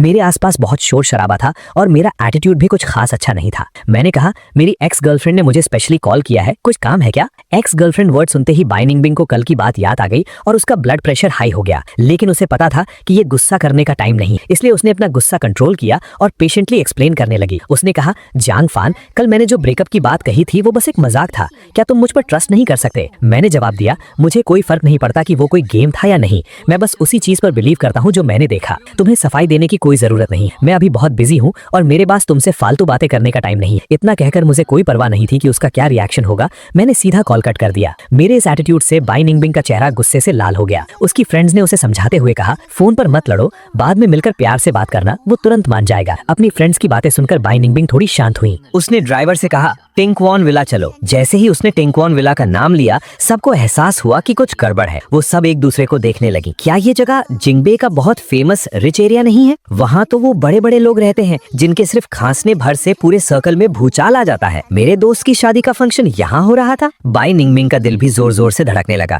फ्लाइट में चढ़ने से पहले वाले वो ख्याल फिर से उसके दिमाग में आने लगे। क्या सच में ऐसा हो सकता है कि मैं जांग फैमिली का कोई दूर का रिश्तेदार हूँ? 10:30 बज चुके थे। शादी बस शुरू ही होने वाली थी। मेहमान धीरे धीरे अपनी सीट्स पर बैठ रहे। मैं टॉप फ्लोर की बालकनी पर खड़ा था। इस शादी की पूरी प्लानिंग और डेकोरेशन लियू रुयान ने खुद अकेले संभाली थी और उसने बहुत मेहनत की थी। मुझे तब जाकर एहसास हुआ कि मेरी मॉम झूठ नहीं बोल रही थी, बल्कि उन्होंने तो कम ही बताया था। जियांग और लियू फैमिली की शादी थी तो नॉर्मली पूरे सर्कल की जानी मानी फैमिलीज के आने की उम्मीद थी, लेकिन ज्यादा से ज्यादा 700-800 टेबल्स ही लगनी चाहिए थी।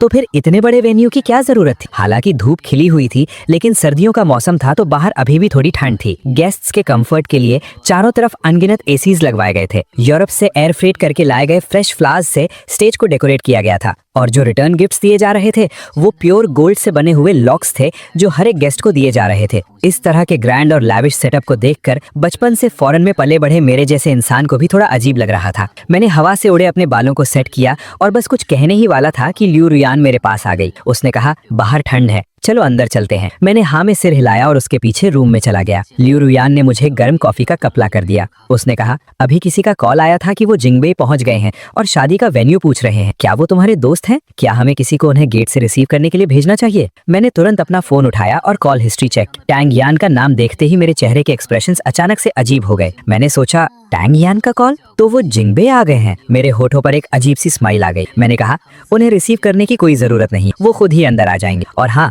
यहाँ बहुत सारे लोग आ गए हैं। मैंने देखा कि मेरे डैड पर भी बहुत से कैमरास चुपके से फोकस कर रहे हैं, तो बेहतर होगा कि हम सिक्योरिटी थोड़ी टाइट कर दें ताकि कोई प्रॉब्लम ना हो। लियू रुयान ने ज्यादा कुछ नहीं सोचा और मान गई। रूम से जाने से पहले उसने वेडिंग रिंग्स मेरे हाथ में दे दी। लियू रुयान को रूम से बाहर जाते देख मैं जो हंसी इतनी देर से रोक रहा था वो आखिरकार फूट पड़ी। बाई निंगबिंग मेरी शादी अटेंड करने आई थी। मैं इमेजिन भी नहीं कर सकता था कि जब वो मुझे स्टेज पर खड़ा देखेगी तो उसके चेहरे का रिएक्शन कितना मजेदार होगा। मैंने अपने हाथ में पकड़े रिंग बॉक्स को उठाया और उसे खोला। अंदर रखी रिंग्स को देखकर मैं थोड़ा हैरान रह गया। ये वही रिंग्स थी जो मैंने 2 महीने पहले एक मैगजीन में देखी थी और बाई निंगबिंग को भी दिखाई थी। उस वक्त मैं इमेजिन कर रहा था कि किसी दिन मैं घुटनों के बल बैठकर उसे इन्हीं रिंग्स से प्रपोज करूंगा। लेकिन कौन सोच सकता था कि बस आधे महीने बाद ही मुझे उसके और शन हाओयू के चक्कर के बारे में पता चल जाएगा। वो शादी और रिंग्स जिसका मुझे कब से इंतजार था, अब मेरे पास वो सब कुछ था और दुल्हन का बदल जाना तो सबसे अच्छा हुआ। आज के दिन मेरे मन में उन बीते 7 सालों के लिए कोई दुख या रिग्रेट नहीं बचा था। अब मैं बस खुश था कि मैं बच गया। पूरे 11 बजे शादी सही टाइम पर शुरू। सबकी नजरों के सामने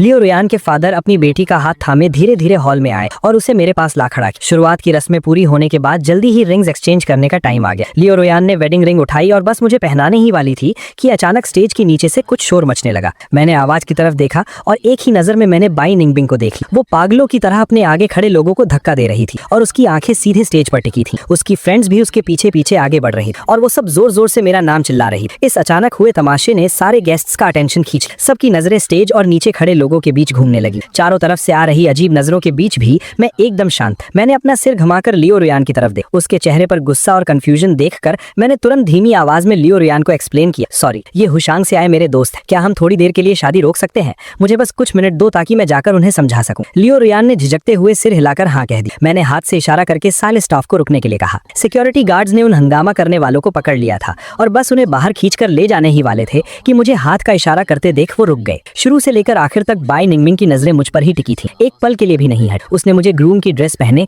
एकदम शांत और रिलैक्स्ड होकर अपने सामने खड़े देखा। वो अपना गुस्सा और कंट्रोल नहीं कर पाई और चिल्लाकर बोली, तुमने तो कहा था कि तुम अपने दोस्त की शादी अटेंड करने आए हो, क्या वो दोस्त तुम खुद ही हो? मेरी हंसी छूट नहीं वाली। मैंने कहा, जनरली जब कोई कहता है मेरा एक दोस्त है तो क्या वो खुद के बारे में ही बात नहीं कर रहा होता? मेरी ये बात सुनकर बाई निंगमिंग गुस्से से पागल हो गई। उसने अपनी आंखें बंद की और जब दोबारा खोली तो उसकी आंखों में आग जल रही। उसने कहा, क्या इसी वजह से तुमने मेरी पीठ पीछे शादी कर ली? मैंने जवाब दिया, पीठ पीछे का क्या मतलब है? जैंग और लियू फैमिली की न्यूज इंटरनेट पर 1 महीने से ज्यादा से छाई हुई है। बाई निंगमिंग, क्या तुम इंटरनेट यूज नहीं करती? जैंग और लियू, ये नाम सुनकर बाई निंगमिंग को अचानक कुछ याद आया। उसने तुरंत अपना सिर घुमाकर मेरे पास खड़ी दुल्हन लियू रुयान को देखा। उसका चेहरा अपनी दूसरी बहन लियू युनशिंग से काफी मिलता जुलता था। बाई निंगमिंग ने उसे एक नजर में ही पहचान लिया। उसकी आंखें फटी की फटी रह गईं, उसके होठ कांपने लगे और उसके पूरे चेहरे पर शौक साफ दिखाई दे रहा था। लियू रुयान जिससे शादी कर रही है वो जैंग फैन है, तो फिर जैंग फैन असल में है कौन? उसके पीछे खड़ी टैंग यान और बाकियों को भी ये बात समझ में आ गई। उन्होंने पूरी तरह शौक होते हुए चिल्लाकर कहा, जैंग फैन, तुम जिंगबेई के जैंग फैमिली से हो? मैं चुपचाप उन्हें देखता रहा और बहुत पेशेंस के साथ खुद का इंट्रोडक्शन देने लगा। अगर एग्जैक्टली कहूं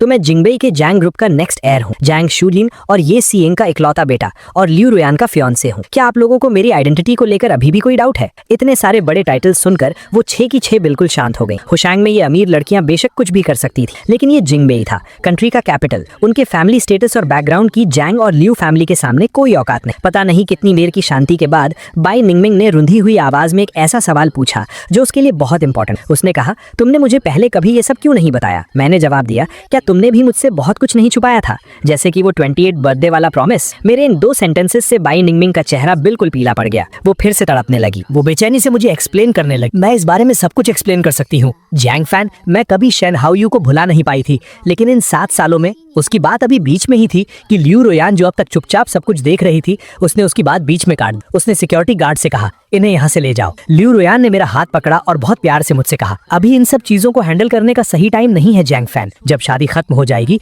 तो हम तुम्हारे दोस्तों को अकेले में डिनर पे इनवाइट कर लेंगे। गेस्ट्स को और इंतजार मत कराओ। मैंने नहीं सोचा था कि लियू रुयान इतने क्रूशियल मोमेंट पर इतना बोल्ड डिसीजन लेगी। हालांकि मैंने हाँ में सिर हिला दिया, लेकिन मेरे मन में अभी भी बहुत से डाउट्स थे। पर अभी उन सवालों के जवाब ढूंढने का सही टाइम नहीं था। लियू रुयान ने मेरा हाथ पकड़ा और हम दोनों वापस स्टेज के सेंटर में आ गए और एक बार फिर पियानो की हल्की धुन बजने लगी। पूरे हॉल की तालियों और बधाइयों के बीच हम दोनों ने रिंग एक्सचेंज करने की रस्म पूरी की। जैसे ही बुके हवा में उछाला गया, ऊपर से बहुत सारे फूल, पंख और रिबन्स गिरने लगे। दोपहर की तेज धूप लियू रुयान पर पड़ रही थी, जिससे उसका खूबसूरत चेहरा और भी चमक रहा था। मैंने मुड़कर दोबारा पीछे नहीं देखा और अपने फ्यूचर और कल की तरफ कदम बढ़ा दिए। इस ग्रैंड वेडिंग के खत्म होने के बाद मैं काफी थक गया था। दिन में जो कुछ भी हुआ था उसे याद करते हुए मुझे लगा कि अब टाइम आ गया है कि मैं लियू रुयान से खुलकर बात करूं। मैंने उससे पूछा, आज जो कुछ भी हुआ, क्या तुम मुझसे कुछ पूछना चाहती हो? लियू रुयान जो अपना चेहरा साफ कर रही थी, उसके हाथ अचानक रुक गए और उसने मेरी तरफ ध्यान से देखा। उसने कहा, अगर तुम बताना चाहते हो तो मेरे पास पूछने के लिए बहुत कुछ है, लेकिन अगर तुम नहीं बताना चाहते तो मैं कुछ नहीं पूछूंगी। उसका ये बैलेंस्ड और जेंटल एटीट्यूड देखकर मैं थोड़ा हैरान रह गया। मुझे पहली बार लगा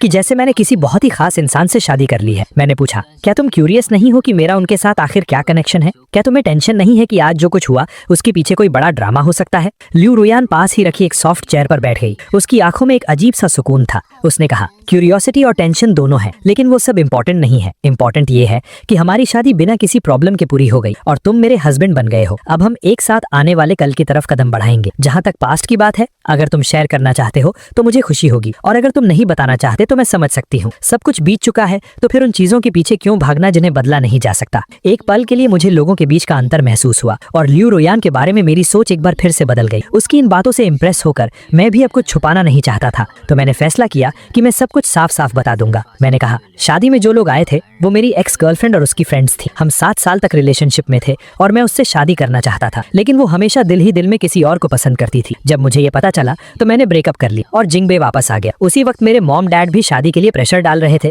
तो मैंने बस हाँ कर दी। कल ही मेरा उससे ऑफिशियली ब्रेकअप हुआ था। उसे नहीं पता था कि मैं जैंग फैमिली से हूँ, इसलिए वो शादी में आकर तमाशा करने लगी। मेरी बातें सुनते सुनते लियू रुयान के चेहरे पर एक अजीब सा एक्सप्रेशन आ गया। उसने कहा, कल ब्रेकअप हुआ और आज तुमने शादी कर ली, क्या ये थोड़ा जल्दबाजी नहीं हो गई? मैंने कहा, शायद ये थोड़ी जल्दबाजी थी, लेकिन तुम्हारी और मेरी तो सिर्फ एक बिजनेस मैरिज है। बस बाहर वालों की नजरों में हमें एक स्टेबल कपल बनकर रहना है, इतना काफी नहीं है क्या? ये बोलते हुए मेरे चेहरे पर ऐसे एक्सप्रेशंस थे जैसे मैं बिल्कुल सही बात कह रहा हूँ, जिसे देखकर लियू रुयान के चेहरे पर एक हल्की सी स्माइल आ गई। उसने पूछा, क्या तुम्हें बिल्कुल भी फिक्र नहीं थी कि तुम्हारी शादी किससे हो रही है? मैंने जवाब दिया, मुझे कुछ खास फर्क नहीं पड़ता, मैं तो बस जल्दी से जल्दी जियांग ग्रुप को इनहेरिट करना चाहता हूँ। लियू रुयान का दिल अचानक जोर से धड़का। उसने मुझे बहुत देर देर तक एकटक देखा और फिर धीरे से हाँ में सिर हिला दी। दूसरी तरफ बाई निंग बिंग को सिक्योरिटी गार्ड्स ने कई 100 मीटर्स तक घसीटा था। उसने अपनी पूरी लाइफ में इतनी बेइज्जती कभी फील नहीं की थी। उसकी फ्रेंड्स का हाल भी कुछ खास अच्छा नहीं था। उन सबको विला के गेट के बाहर फेंक दिया गया था। दर्जनों सिक्योरिटी गार्ड्स उन्हें वहां से भगा रहे थे। वो गुस्से में तो थी लेकिन कुछ बोल नहीं पा रही और सीढ़ियों के नीचे सैकड़ों रिपोर्टर्स अपने कैमरास के साथ खड़े थे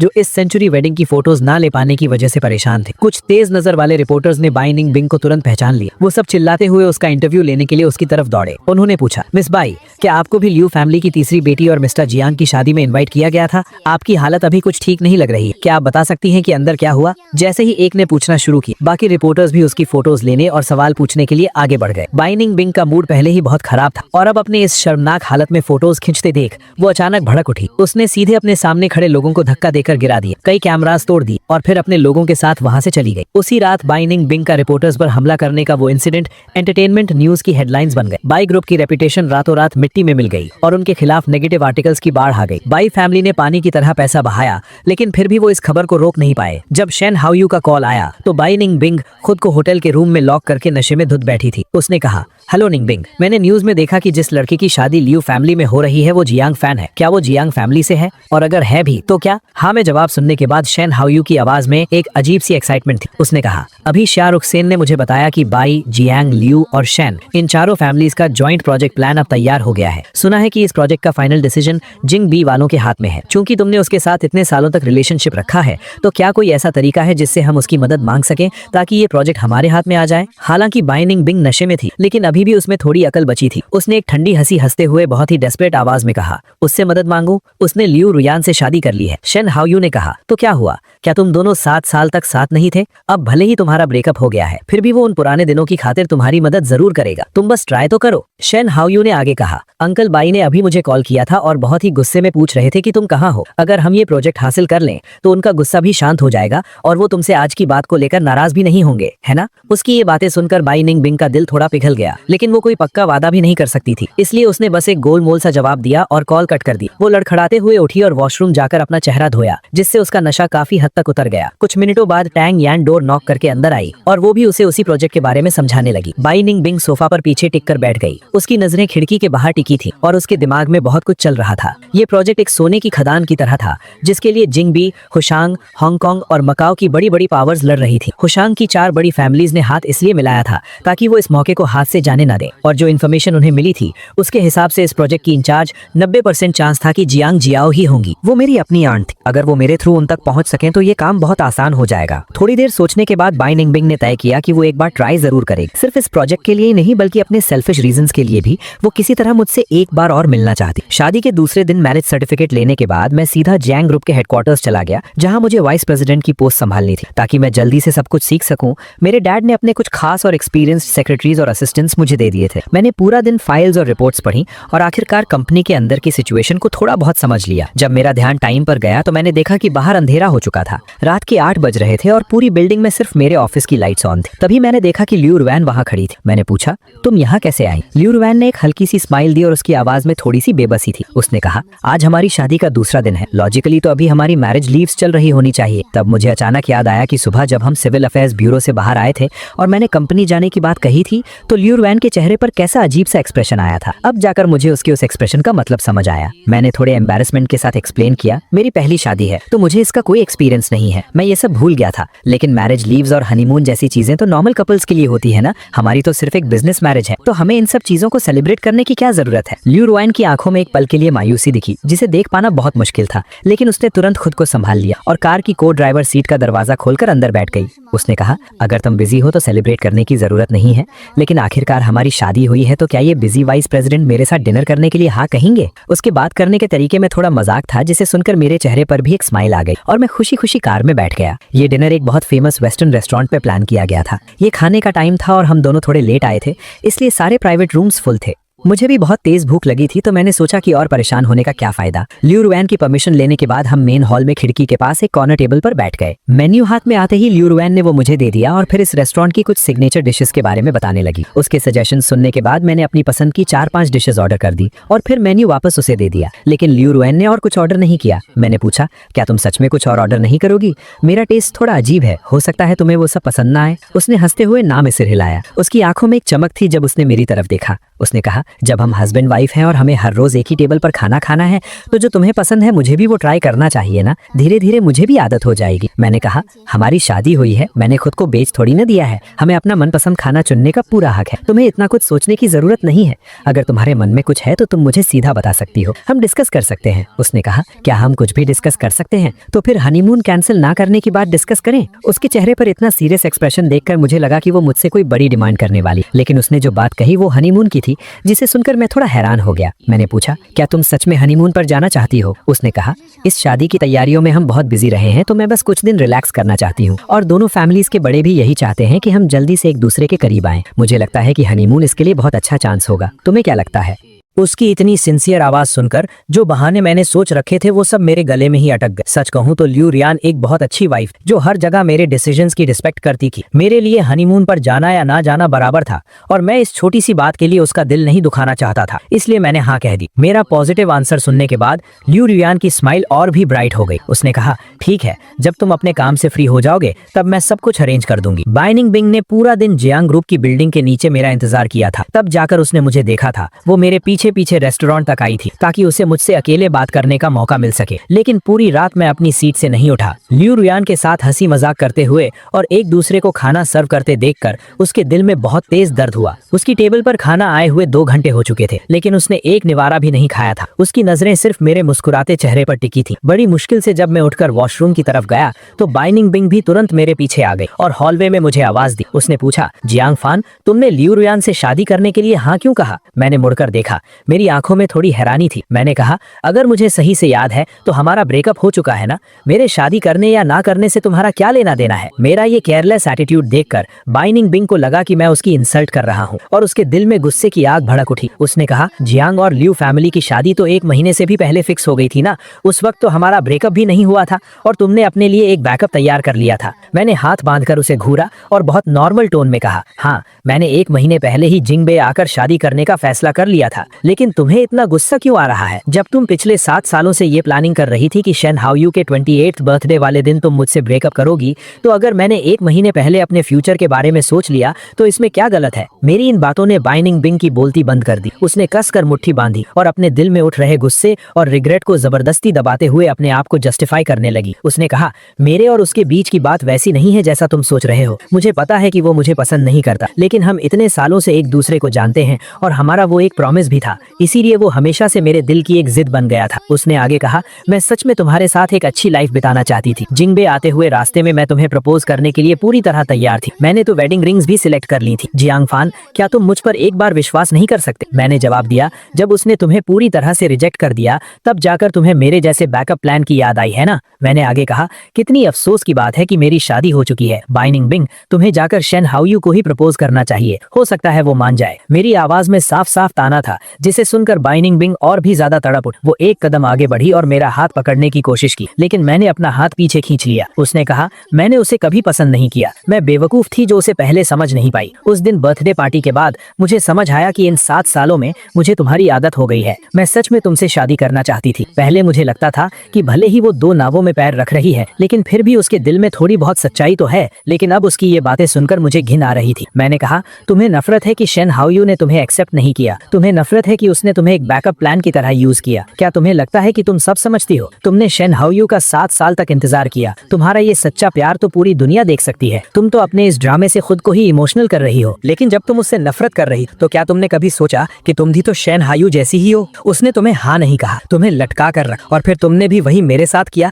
तुमने मुझे लटका कर रखा। तुम दोनों एक ही थैली के चट्टे बट्टे हो। तो फिर मेरे सामने ये मुझे कुछ समझ नहीं आया और मुझे अपनी गलती का एहसास है वाला ड्रामा क्यों कर रही हो? मेरी बातें सुनकर बाई निंगबिंग के चेहरे का रंग उड़ गया और वो बिल्कुल पीली पड़ गई। मुझे उसकी फीलिंग्स की कोई परवाह नहीं और ना ही मैं उससे और बहस करना चाहता था। मैं मुड़ा और वापस हॉल की तरफ चलने लगा। जब हम एक दूसरे के पास से गुजरे तो बाई निंगबिंग खुद को कंट्रोल नहीं कर पाई और उसने मेरा हाथ पकड़ लिया। मेरा पेशेंस अब खत्म हो चुका था। मैंने झटके से अपना हाथ छुड़ाया। हमारी इसी खींचातानी में ऊपर लगा एक पुराना शैंडलियर अचानक टूट गया और सीधा मेरे सिर के ऊपर गिरने लगा। खतरे के उस पल में बाई निंगबिंग ने बिना सोचे मुझे धक्का देकर किनारे कर दी। एक जोरदार आवाज आई और वो भारी भरकम लोहे का शैंडलियर सीधा उसके कंधे पर आ गया। धक्का लगने की वजह से मैं कुछ मीटर दूर जा गिरा और उसी वक्त लियू रुयान वहां आ पहुंचा। मैंने तुरंत पीछे मुड़कर देखा और मेरी नजर सीधा जमीन पर गिरी हुई बाई निंगबिंग पर पड़ी। वो दर्द के मारे सिकुड़ गई थी। उसने अपने बाएं हाथ से अपना दायां कंधा कसकर पकड़ा हुआ था और दर्द की वजह से उसका पूरा चेहरा लाल हो चुका। आवाज सुनकर वेटर्स भागे आए और बाई निंगबिंग की चोट देखने। लियू रुयान ने परेशानी से मुझसे पूछा, क्या तुम्हें कहीं चोट लगी है? जब उसे तसल्ली हो गई कि मैं बिल्कुल ठीक हूँ,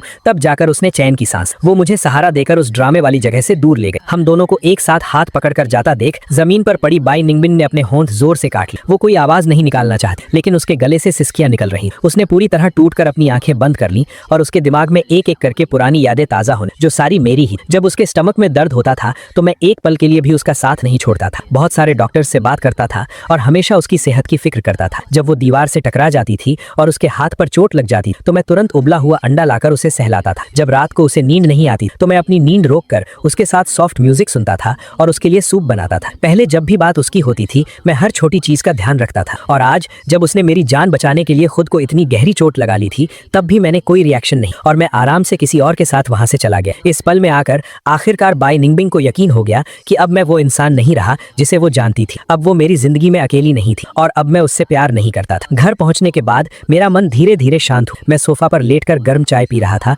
लेकिन जो कुछ अभी हुआ था उसे याद करके मेरा दिल अभी भी घबरा रहा था। मैं बस लियू रुयान से कुछ कहने ही वाला था कि मैंने अपना सिर घुमाया तो देखा कि वो मेडिकल बॉक्स लेकर नीचे बैठी। मैंने पूछा, मुझे कोई चोट नहीं लगी, तुम ये मेडिकल बॉक्स क्यों लेकर आई हो? लियू रुयान ने कोई जवाब नहीं दिया, बस धीरे से मेरे एंकल की तरफ इशारा किया। मैंने उसकी नजर का पीछा किया तो देखा कि मेरे एड़ी के पास कांच के टुकड़े से थोड़ी सी छील गई है। लियू रुयान ने रुई में थोड़ा सा अल्कोहल लिया और कहा, इसमें थोड़ा दर्द हो सकता है। इतनी छोटी सी चोट पर मैं नॉर्मली कभी ध्यान नहीं देता था, इसलिए लियू रुयान को इसके लिए इतना परेशान होते देख मुझे थोड़ा अजीब लगा। मैंने कहा, ये छोटी सी चोट है, इस पर दवाई लगाने की कोई जरूरत नहीं, तुम इतनी टेंशन मत लो। मैंने ये कह तो दिया, लेकिन जैसे ही अल्कोहल मेरी चोट पर लगा मैंने दर्द से एक गहरी सांस ली। क्लीन करने के बाद लियू रुयान ने चोट पर बैंडेड लगा दी। उसने कहा, मैं अभी किसी से वाटरप्रूफ बैंडेड मंगवाती हूँ। अगले 2 दिन जब तुम नहाओगे तो ध्यान रखना कि इसे लगाकर ही नहाना, ताकि चोट में पानी ना जाए। बाहर जाना हो तो बस स्लीपर्स पहन लेना। मैं बचपन से ही घर छोड़कर अपनी आंट के साथ रहा। देश वापस आने के बाद 4 साल कॉलेज और 6 साल रिलेशनशिप में मैं हमेशा बाहर अकेला ही रहा था। ये पहली बार था जब किसी ने मेरी इतनी छोटी सी चोट के लिए इतनी परवाह की। मैं हैरान तो था, लेकिन माहौल को थोड़ा हल्का करने के लिए मैंने एक छोटा सा मजाक किया। मैंने कहा, इतनी परेशानी उठाने की कोई जरूरत नहीं है, जब तक तुम्हारा वो सामान आएगा तब तक तो मेरी चोट भी ठीक हो जाएगी। लियू रुयान ने अपनी आंखें ऊपर की, मुझे ध्यान से देखा और उसके चेहरे पर एक ऐसा सीरियस एक्सप्रेशन था जो मैंने पहले कभी नहीं देखा था। उसने कहा, आज जो तुम्हें ये चोट लगी है ये मेरी गलती की वजह से है, मैं इस बात से मुकर नहीं सकती। चोट चाहे छोटी हो, दर्द तो होता है। मैं नहीं चाहती कि इतने बड़े हादसे के बाद तुम्हें जरा भी तकलीफ हो, इसलिए मैं थोड़ा ज्यादा बोल रही हूँ, लेकिन थोड़ा ध्यान रखने में कोई बुराई तो नहीं है ना। एक बार मेरी बात मान लो जियांग फैन। पता नहीं उसकी आवाज में इतनी सच्चाई थी या फिर उसकी आंखों में जो पछतावा था उसकी वजह से मेरा दिल जोर जोर से धड़कने लगा। मैं उसकी आंखों में सीधा नहीं देख पाया तो मैंने अपनी नजरें नीची कर ली और धीरे से हाँ में सिर हिला दी। लियू रुयान के मेडिकल बॉक्स लेके जाने के बाद मुझे टैंग यान का कॉल आया। उसने कहा, जियांग फैन, क्या तुम इतने पत्थर दिल हो? निंगबिंग ने तुम्हारी जान बचाने के लिए इतनी गहरी चोट खाई है और तुम उसे देखने तक नहीं आए। उसकी इस फालतू की बात को सुनकर मैं नहीं चाहता था कि वो मुझ पर कोई झूठा इल्जाम लगे। मैंने हंसते हुए कहा, अगर वो मुझे बार बार पकड़कर तंग नहीं करती तो वो शैंडलियर मेरे सिर के ऊपर गिरता ही नहीं।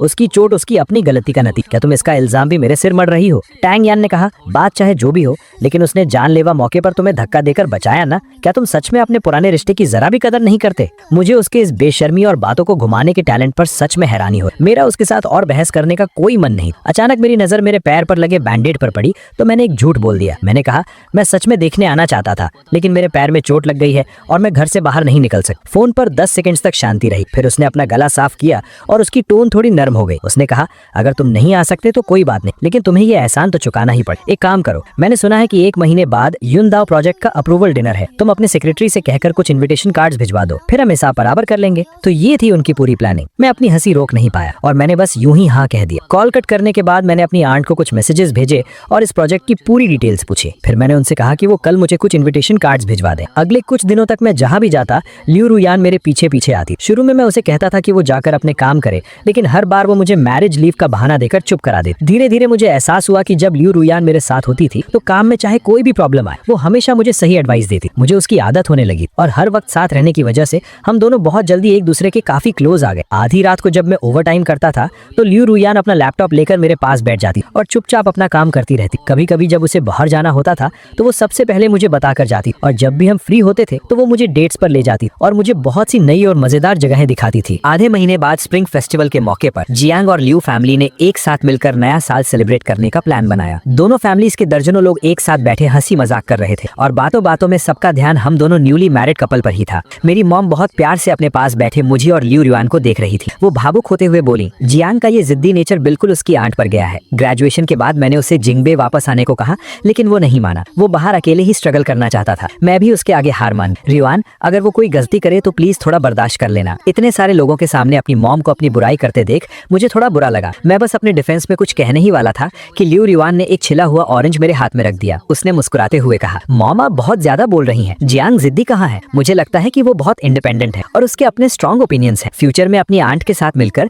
वो जरूर जियांग फैमिली की जिम्मेदारी अच्छे से संभाल लेगा। बल्कि मुझे तो उससे बहुत कुछ सीखना है ताकि मैं भी उसके साथ कदम से कदम मिलाकर चल सकूं। उसके इतना कहते ही लियू फैमिली के लोग भी मेरी तारीफ करने लगे। ये सुनकर मेरी मॉम इतनी खुश हुई कि उनकी खुशी छुपाई नहीं छुप रही थी। उनकी आवाज में बहुत प्यार था। उन्होंने कहा, जब तक तुम दोनों खुश हो हम बड़े भी खुश हैं, और अगर तुम हमें जल्दी से एक पोता दे दो तो हम और भी ज्यादा खुश हो जाएंगे। बाकी के बड़ों ने भी ये सुनकर हमें चढ़ाना शुरू कर दिया, जिससे मेरा चेहरा और कान शर्म से बिल्कुल लाल हो गए। लियू रिवान में मेरे चेहरे का ये रिएक्शन देखा तो उसने तुरंत कोई बहाना बनाया और मुझे खींचकर गार्डन में ले गई। सर्दियों की ठंडी हवा लगने के बाद मेरे चेहरे का रंग धीरे धीरे नॉर्मल हुआ। लियू रिवान के होठों पर एक हल्की सी मुस्कान आई और उसने खुद ही टॉपिक चेंज कर दिया। उसने पूछा, कल जो डिनर पार्टी है क्या तुम भी वहाँ जा रहे हो? मैंने कहा, हाँ जाऊंगा। बाई निंगबिंग का इन्विटेशन कार्ड मैंने ही भेजा था तो मुझे उस पर नजर रखनी होगी और देखना होगा कि आखिर वो क्या प्लान कर रही। उसने पूछा, क्या कोई एक्स्ट्रा इन्विटेशन कार्ड है? मुझे भी एक दे दो। ये सुनकर मैंने हैरानी से अपना सिर उठाया और उसकी तरफ देखा। मैंने कहा, ये प्रोजेक्ट तो ठीक है, लेकिन क्या तुम और तुम्हारी बड़ी बहन आजकल युआन चुअन के काम में बिजी नहीं हो? इतने इंपॉर्टेंट टाइम पर तुम यहाँ डिटेल्स निकालने के बारे में सोच रही हो? वो जानती थी कि मैं मजाक कर रहा था तो उसने अपनी आंखें झपकाते हुए जवाब दिया। उसने कहा,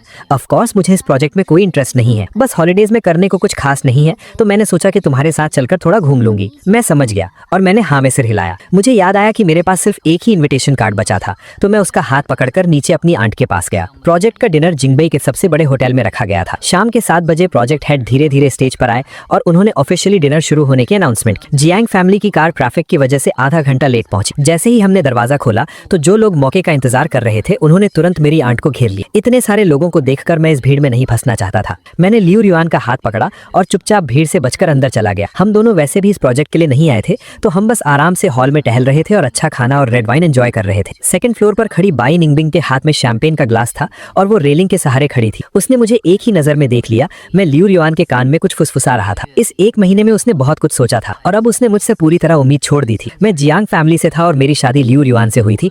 इन दोनों फैमिलीज में से कोई भी ऐसी नहीं थी जिससे पंगा लिया जा सके। इसलिए वो खुद को हमेशा समझाती रहती थी कि पुरानी बातों को भूल जाए और रियलिटी को एक्सेप्ट करे। लेकिन इतना सब सोचने के बाद भी हम दोनों को एक साथ इतना क्लोज देखकर उसके दिल में अभी भी गुस्सा और जलन थी और उसका चेहरा तुरंत लाल हो गया। उसके पास खड़े शेन हाओयू ने भी उसकी नजर का पीछा करते हुए मुझे देखा तो उसकी आंखें चमक उठी। वो शाहरुखे का हाथ पकड़कर नीचे की तरफ जाने लगा और टैंग यान ने भी बाई निंगबिंग का हाथ पकड़ा और उसके पीछे चल पड़ी। चारों भीड़ को चीरते हुए मेरे पास आ गए। उन्होंने कहा, मिस लियू बहुत दिनों बाद मिले, सुना है आपकी कुछ दिन पहले ही शादी हुई है, हैप्पी वेडिंग। लियू रिवान ने कहा, थैंक यू। जैसे ही ये लफ्ज निकले माहौल फिर से अजीब हो गया। शाहरुखे को समझ नहीं आया कि आगे क्या बोले तो उसने शेन हाओयू को इशारा किया। शेन हाओयू तुरंत आगे आया और मेरी तरफ हाथ हिलाते हुए बोला, जियांगफान भाई मुझे याद हो, हम 2 महीने पहले मिले थे। मैंने कहा, मिस्टर शेन बहुत दिनों बाद मिले। मेरी आवाज सुनकर बाई निंगबिंग ने अपना सिर ऊपर उठाया और ठीक उसी वक्त मैंने अपनी ठंडी नजरों से उसे देखा। उसने कहा, जियांगफिफ बहुत दिनों बाद मिले। मैंने सुना था कि उस दिन तुम्हें चोट लग गई थी, क्या अब तुम ठीक हो? मैंने कहा, तुम्हारी मेहरबानी से मैं बहुत जल्दी रिकवर हो गया। मेरी इस ताने भरी आवाज से बाई निंगबिंग का दिल दहल गया। उसके चेहरे पर गिल्ट साफ दिख रहा था और वो खुद को रोक नहीं पाई और एक्सप्लेन करने लगी। लेकिन इससे पहले कि वो कुछ बोल पाती, लियू रिवान ने उसे बीच में ही रोक दिया। लियू रिवान ने कहा, मैं और जियांगफान यहाँ अपनी आंट के साथ डिनर अटेंड करने आए थे। मुझे नहीं लगा था कि मैं यहाँ रुक्षे से मिलूंगी। तुम लोग इतनी दूर से उड़कर जिंगबे आए हो, क्या कोई काम था? ये सुनकर टैंग यान ने तुरंत शाहरुखे के हाथ पर कोहनी मारी, उसे इशारा करते हुए कि वो इस मौके का फायदा उठाए। शाहरुखे ने कहा, हमारी फैमिलीज भी युंदो प्रोजेक्ट में थोड़ा इंटरेस्ट रखती हैं, तो हमने सोचा कि आकर देख ले। सुना है कि जियांगफान की आंट इस प्रोजेक्ट की इंचार्ज है। लियू रिवान, क्या तुम हमारे पुराने रिश्ते की खातिर हमें उनसे मिलवा सकती हो? लियू रिवान ने तुरंत कोई जवाब नहीं दिया, बल्कि उसने मेरी तरफ देखा जैसे वो मुझसे मेरी राय पूछ रही हो। आंखों ही आंखों में बात करने के बाद मैंने कहा, मैं और लियू रिवान तुम्हारी मदद तो करना चाहते हैं, लेकिन तुम लोग देख ही रही हो कि मेरी आंट अभी बहुत बिजी है। मुझे नहीं लगता कि ये सही टाइम है। उन तीनों ने एक दूसरे को देखा और समझ गए कि ये साफ साफ इनकार था। वो हमसे दुश्मनी भी नहीं मोल लेना चाहते थे। तो कुछ बातें करके वो वहाँ से चले गए। सिर्फ बाय निंगबिंग अपनी जगह पर खड़ी थी और मुझे एक टक देख रही थी, जैसे वो कुछ कहना चाहती हो लेकिन कह नहीं पा रही। मेरा उससे बात करने का कोई मन नहीं, तो मैंने लियू रुयान का हाथ पकड़ा और वहाँ से चला गया। लेकिन वो किसी जिंदा लाश की तरह हम दोनों के पीछे पीछे चलने लगी। हॉल से लेकर सेकंड फ्लोर तक और फिर गार्डन तक वो हमारे पीछे आई। जब लियू रुयान ने देखा कि आसपास कोई नहीं है तो उसने कहा, मिस बाई आप कब से हमारा पीछा कर रही हैं? क्या आप मुझसे या मेरे हस्बैंड से कुछ कहना चाहती हैं? तब जाकर बाय निंगबिंग को होश आया कि उसकी ये हरकत बहुत अजीब थी। उसने तुरंत माफी मांगते हुए कहा, सॉरी मैंने थोड़ी ज्यादा पी ली है तो मुझे कुछ समझ नहीं आ रहा, मुझे रास्ता नहीं मिल रहा था। उसका ये बकवास बहाना सुनकर लियू रुयान की एक हल्की सी हंसी निकल गई, लेकिन उसकी टोन एकदम ठंडी थी। उसने कहा, कभी कभी भूल जाना तो ठीक है, लेकिन हमेशा के लिए मत भूल जाना। जियांग फान शायद अपने पुराने रिश्ते की कदर करता होगा, लेकिन मेरा और बाय फैमिली का कोई लेना देना नहीं है, तो हमारे बीच तो कोई पुराना रिश्ता होने का सवाल ही नहीं उठता। उसकी बातों में छिपी हुई धमकी सुनकर बाय निंगबिंग का दिल सीधा जमीन पर आ गिरा। वो जानती थी कि लियू फैमिली की पावर को देखते हुए अगर लियू रुयान ने बस एक लफ्ज भी कह दिया तो बाय फैमिली किसी भी दिन होशांग से हमेशा के लिए गायब हो जाएगी। बाय निंगबिंग अपनी फैमिली को दांव पर लगाकर मुझे वापस पाने की हिम्मत नहीं कर सकती थी। उसे आखिरकार हार माननी पड़ी और वो चुपचाप वापस हॉल में चली गई। दूसरी तरफ आवाज आई, प्रेसिडेंट जियांग, आपका भतीजा और हम बहुत अच्छे दोस्त हैं। अगर हमारे लिए नहीं तो कम से कम उसके लिए तो आप हमारे साथ एक ड्रिंक पी ही सकती हैं। बाय निंगबिंग को नहीं पता था कि अंदर क्या हुआ है,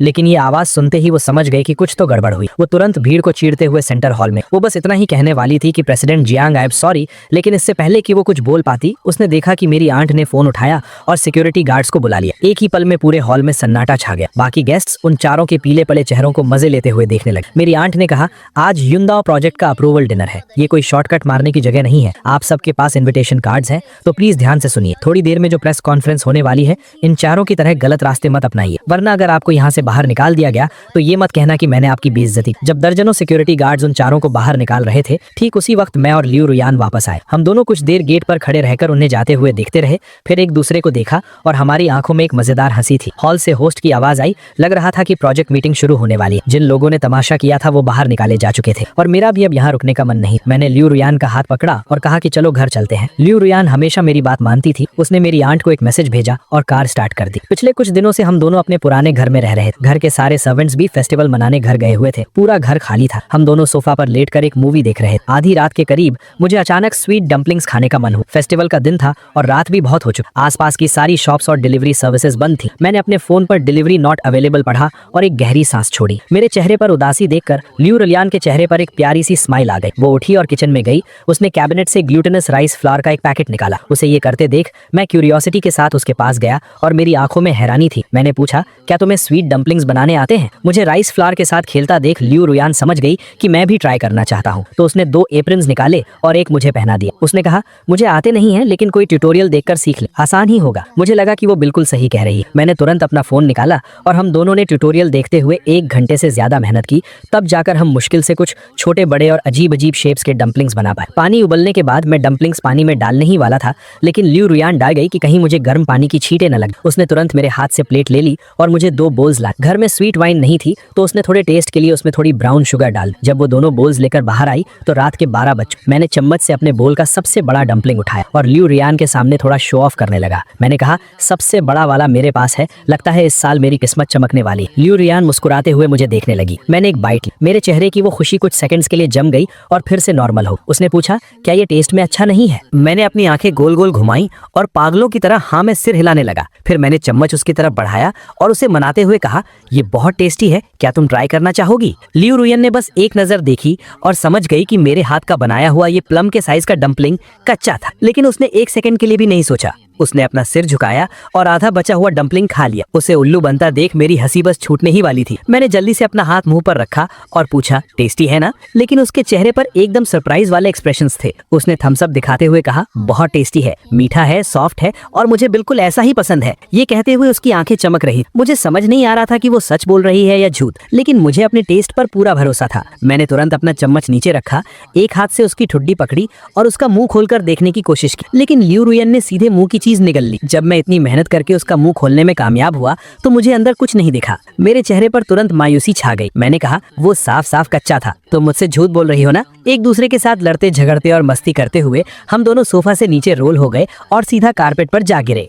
हे दोस्तों, इस वीडियो को देखने के लिए आपका बहुत बहुत शुक्रिया। प्लीज इस वीडियो को लाइक और शेयर जरूर करें। तो प्लीज इस वीडियो को अपना पूरा सपोर्ट दें और ऐसी ही नई नई स्टोरीज के लिए चैनल को अभी सब्सक्राइब कर लें। मिलते हैं अगले वीडियो में।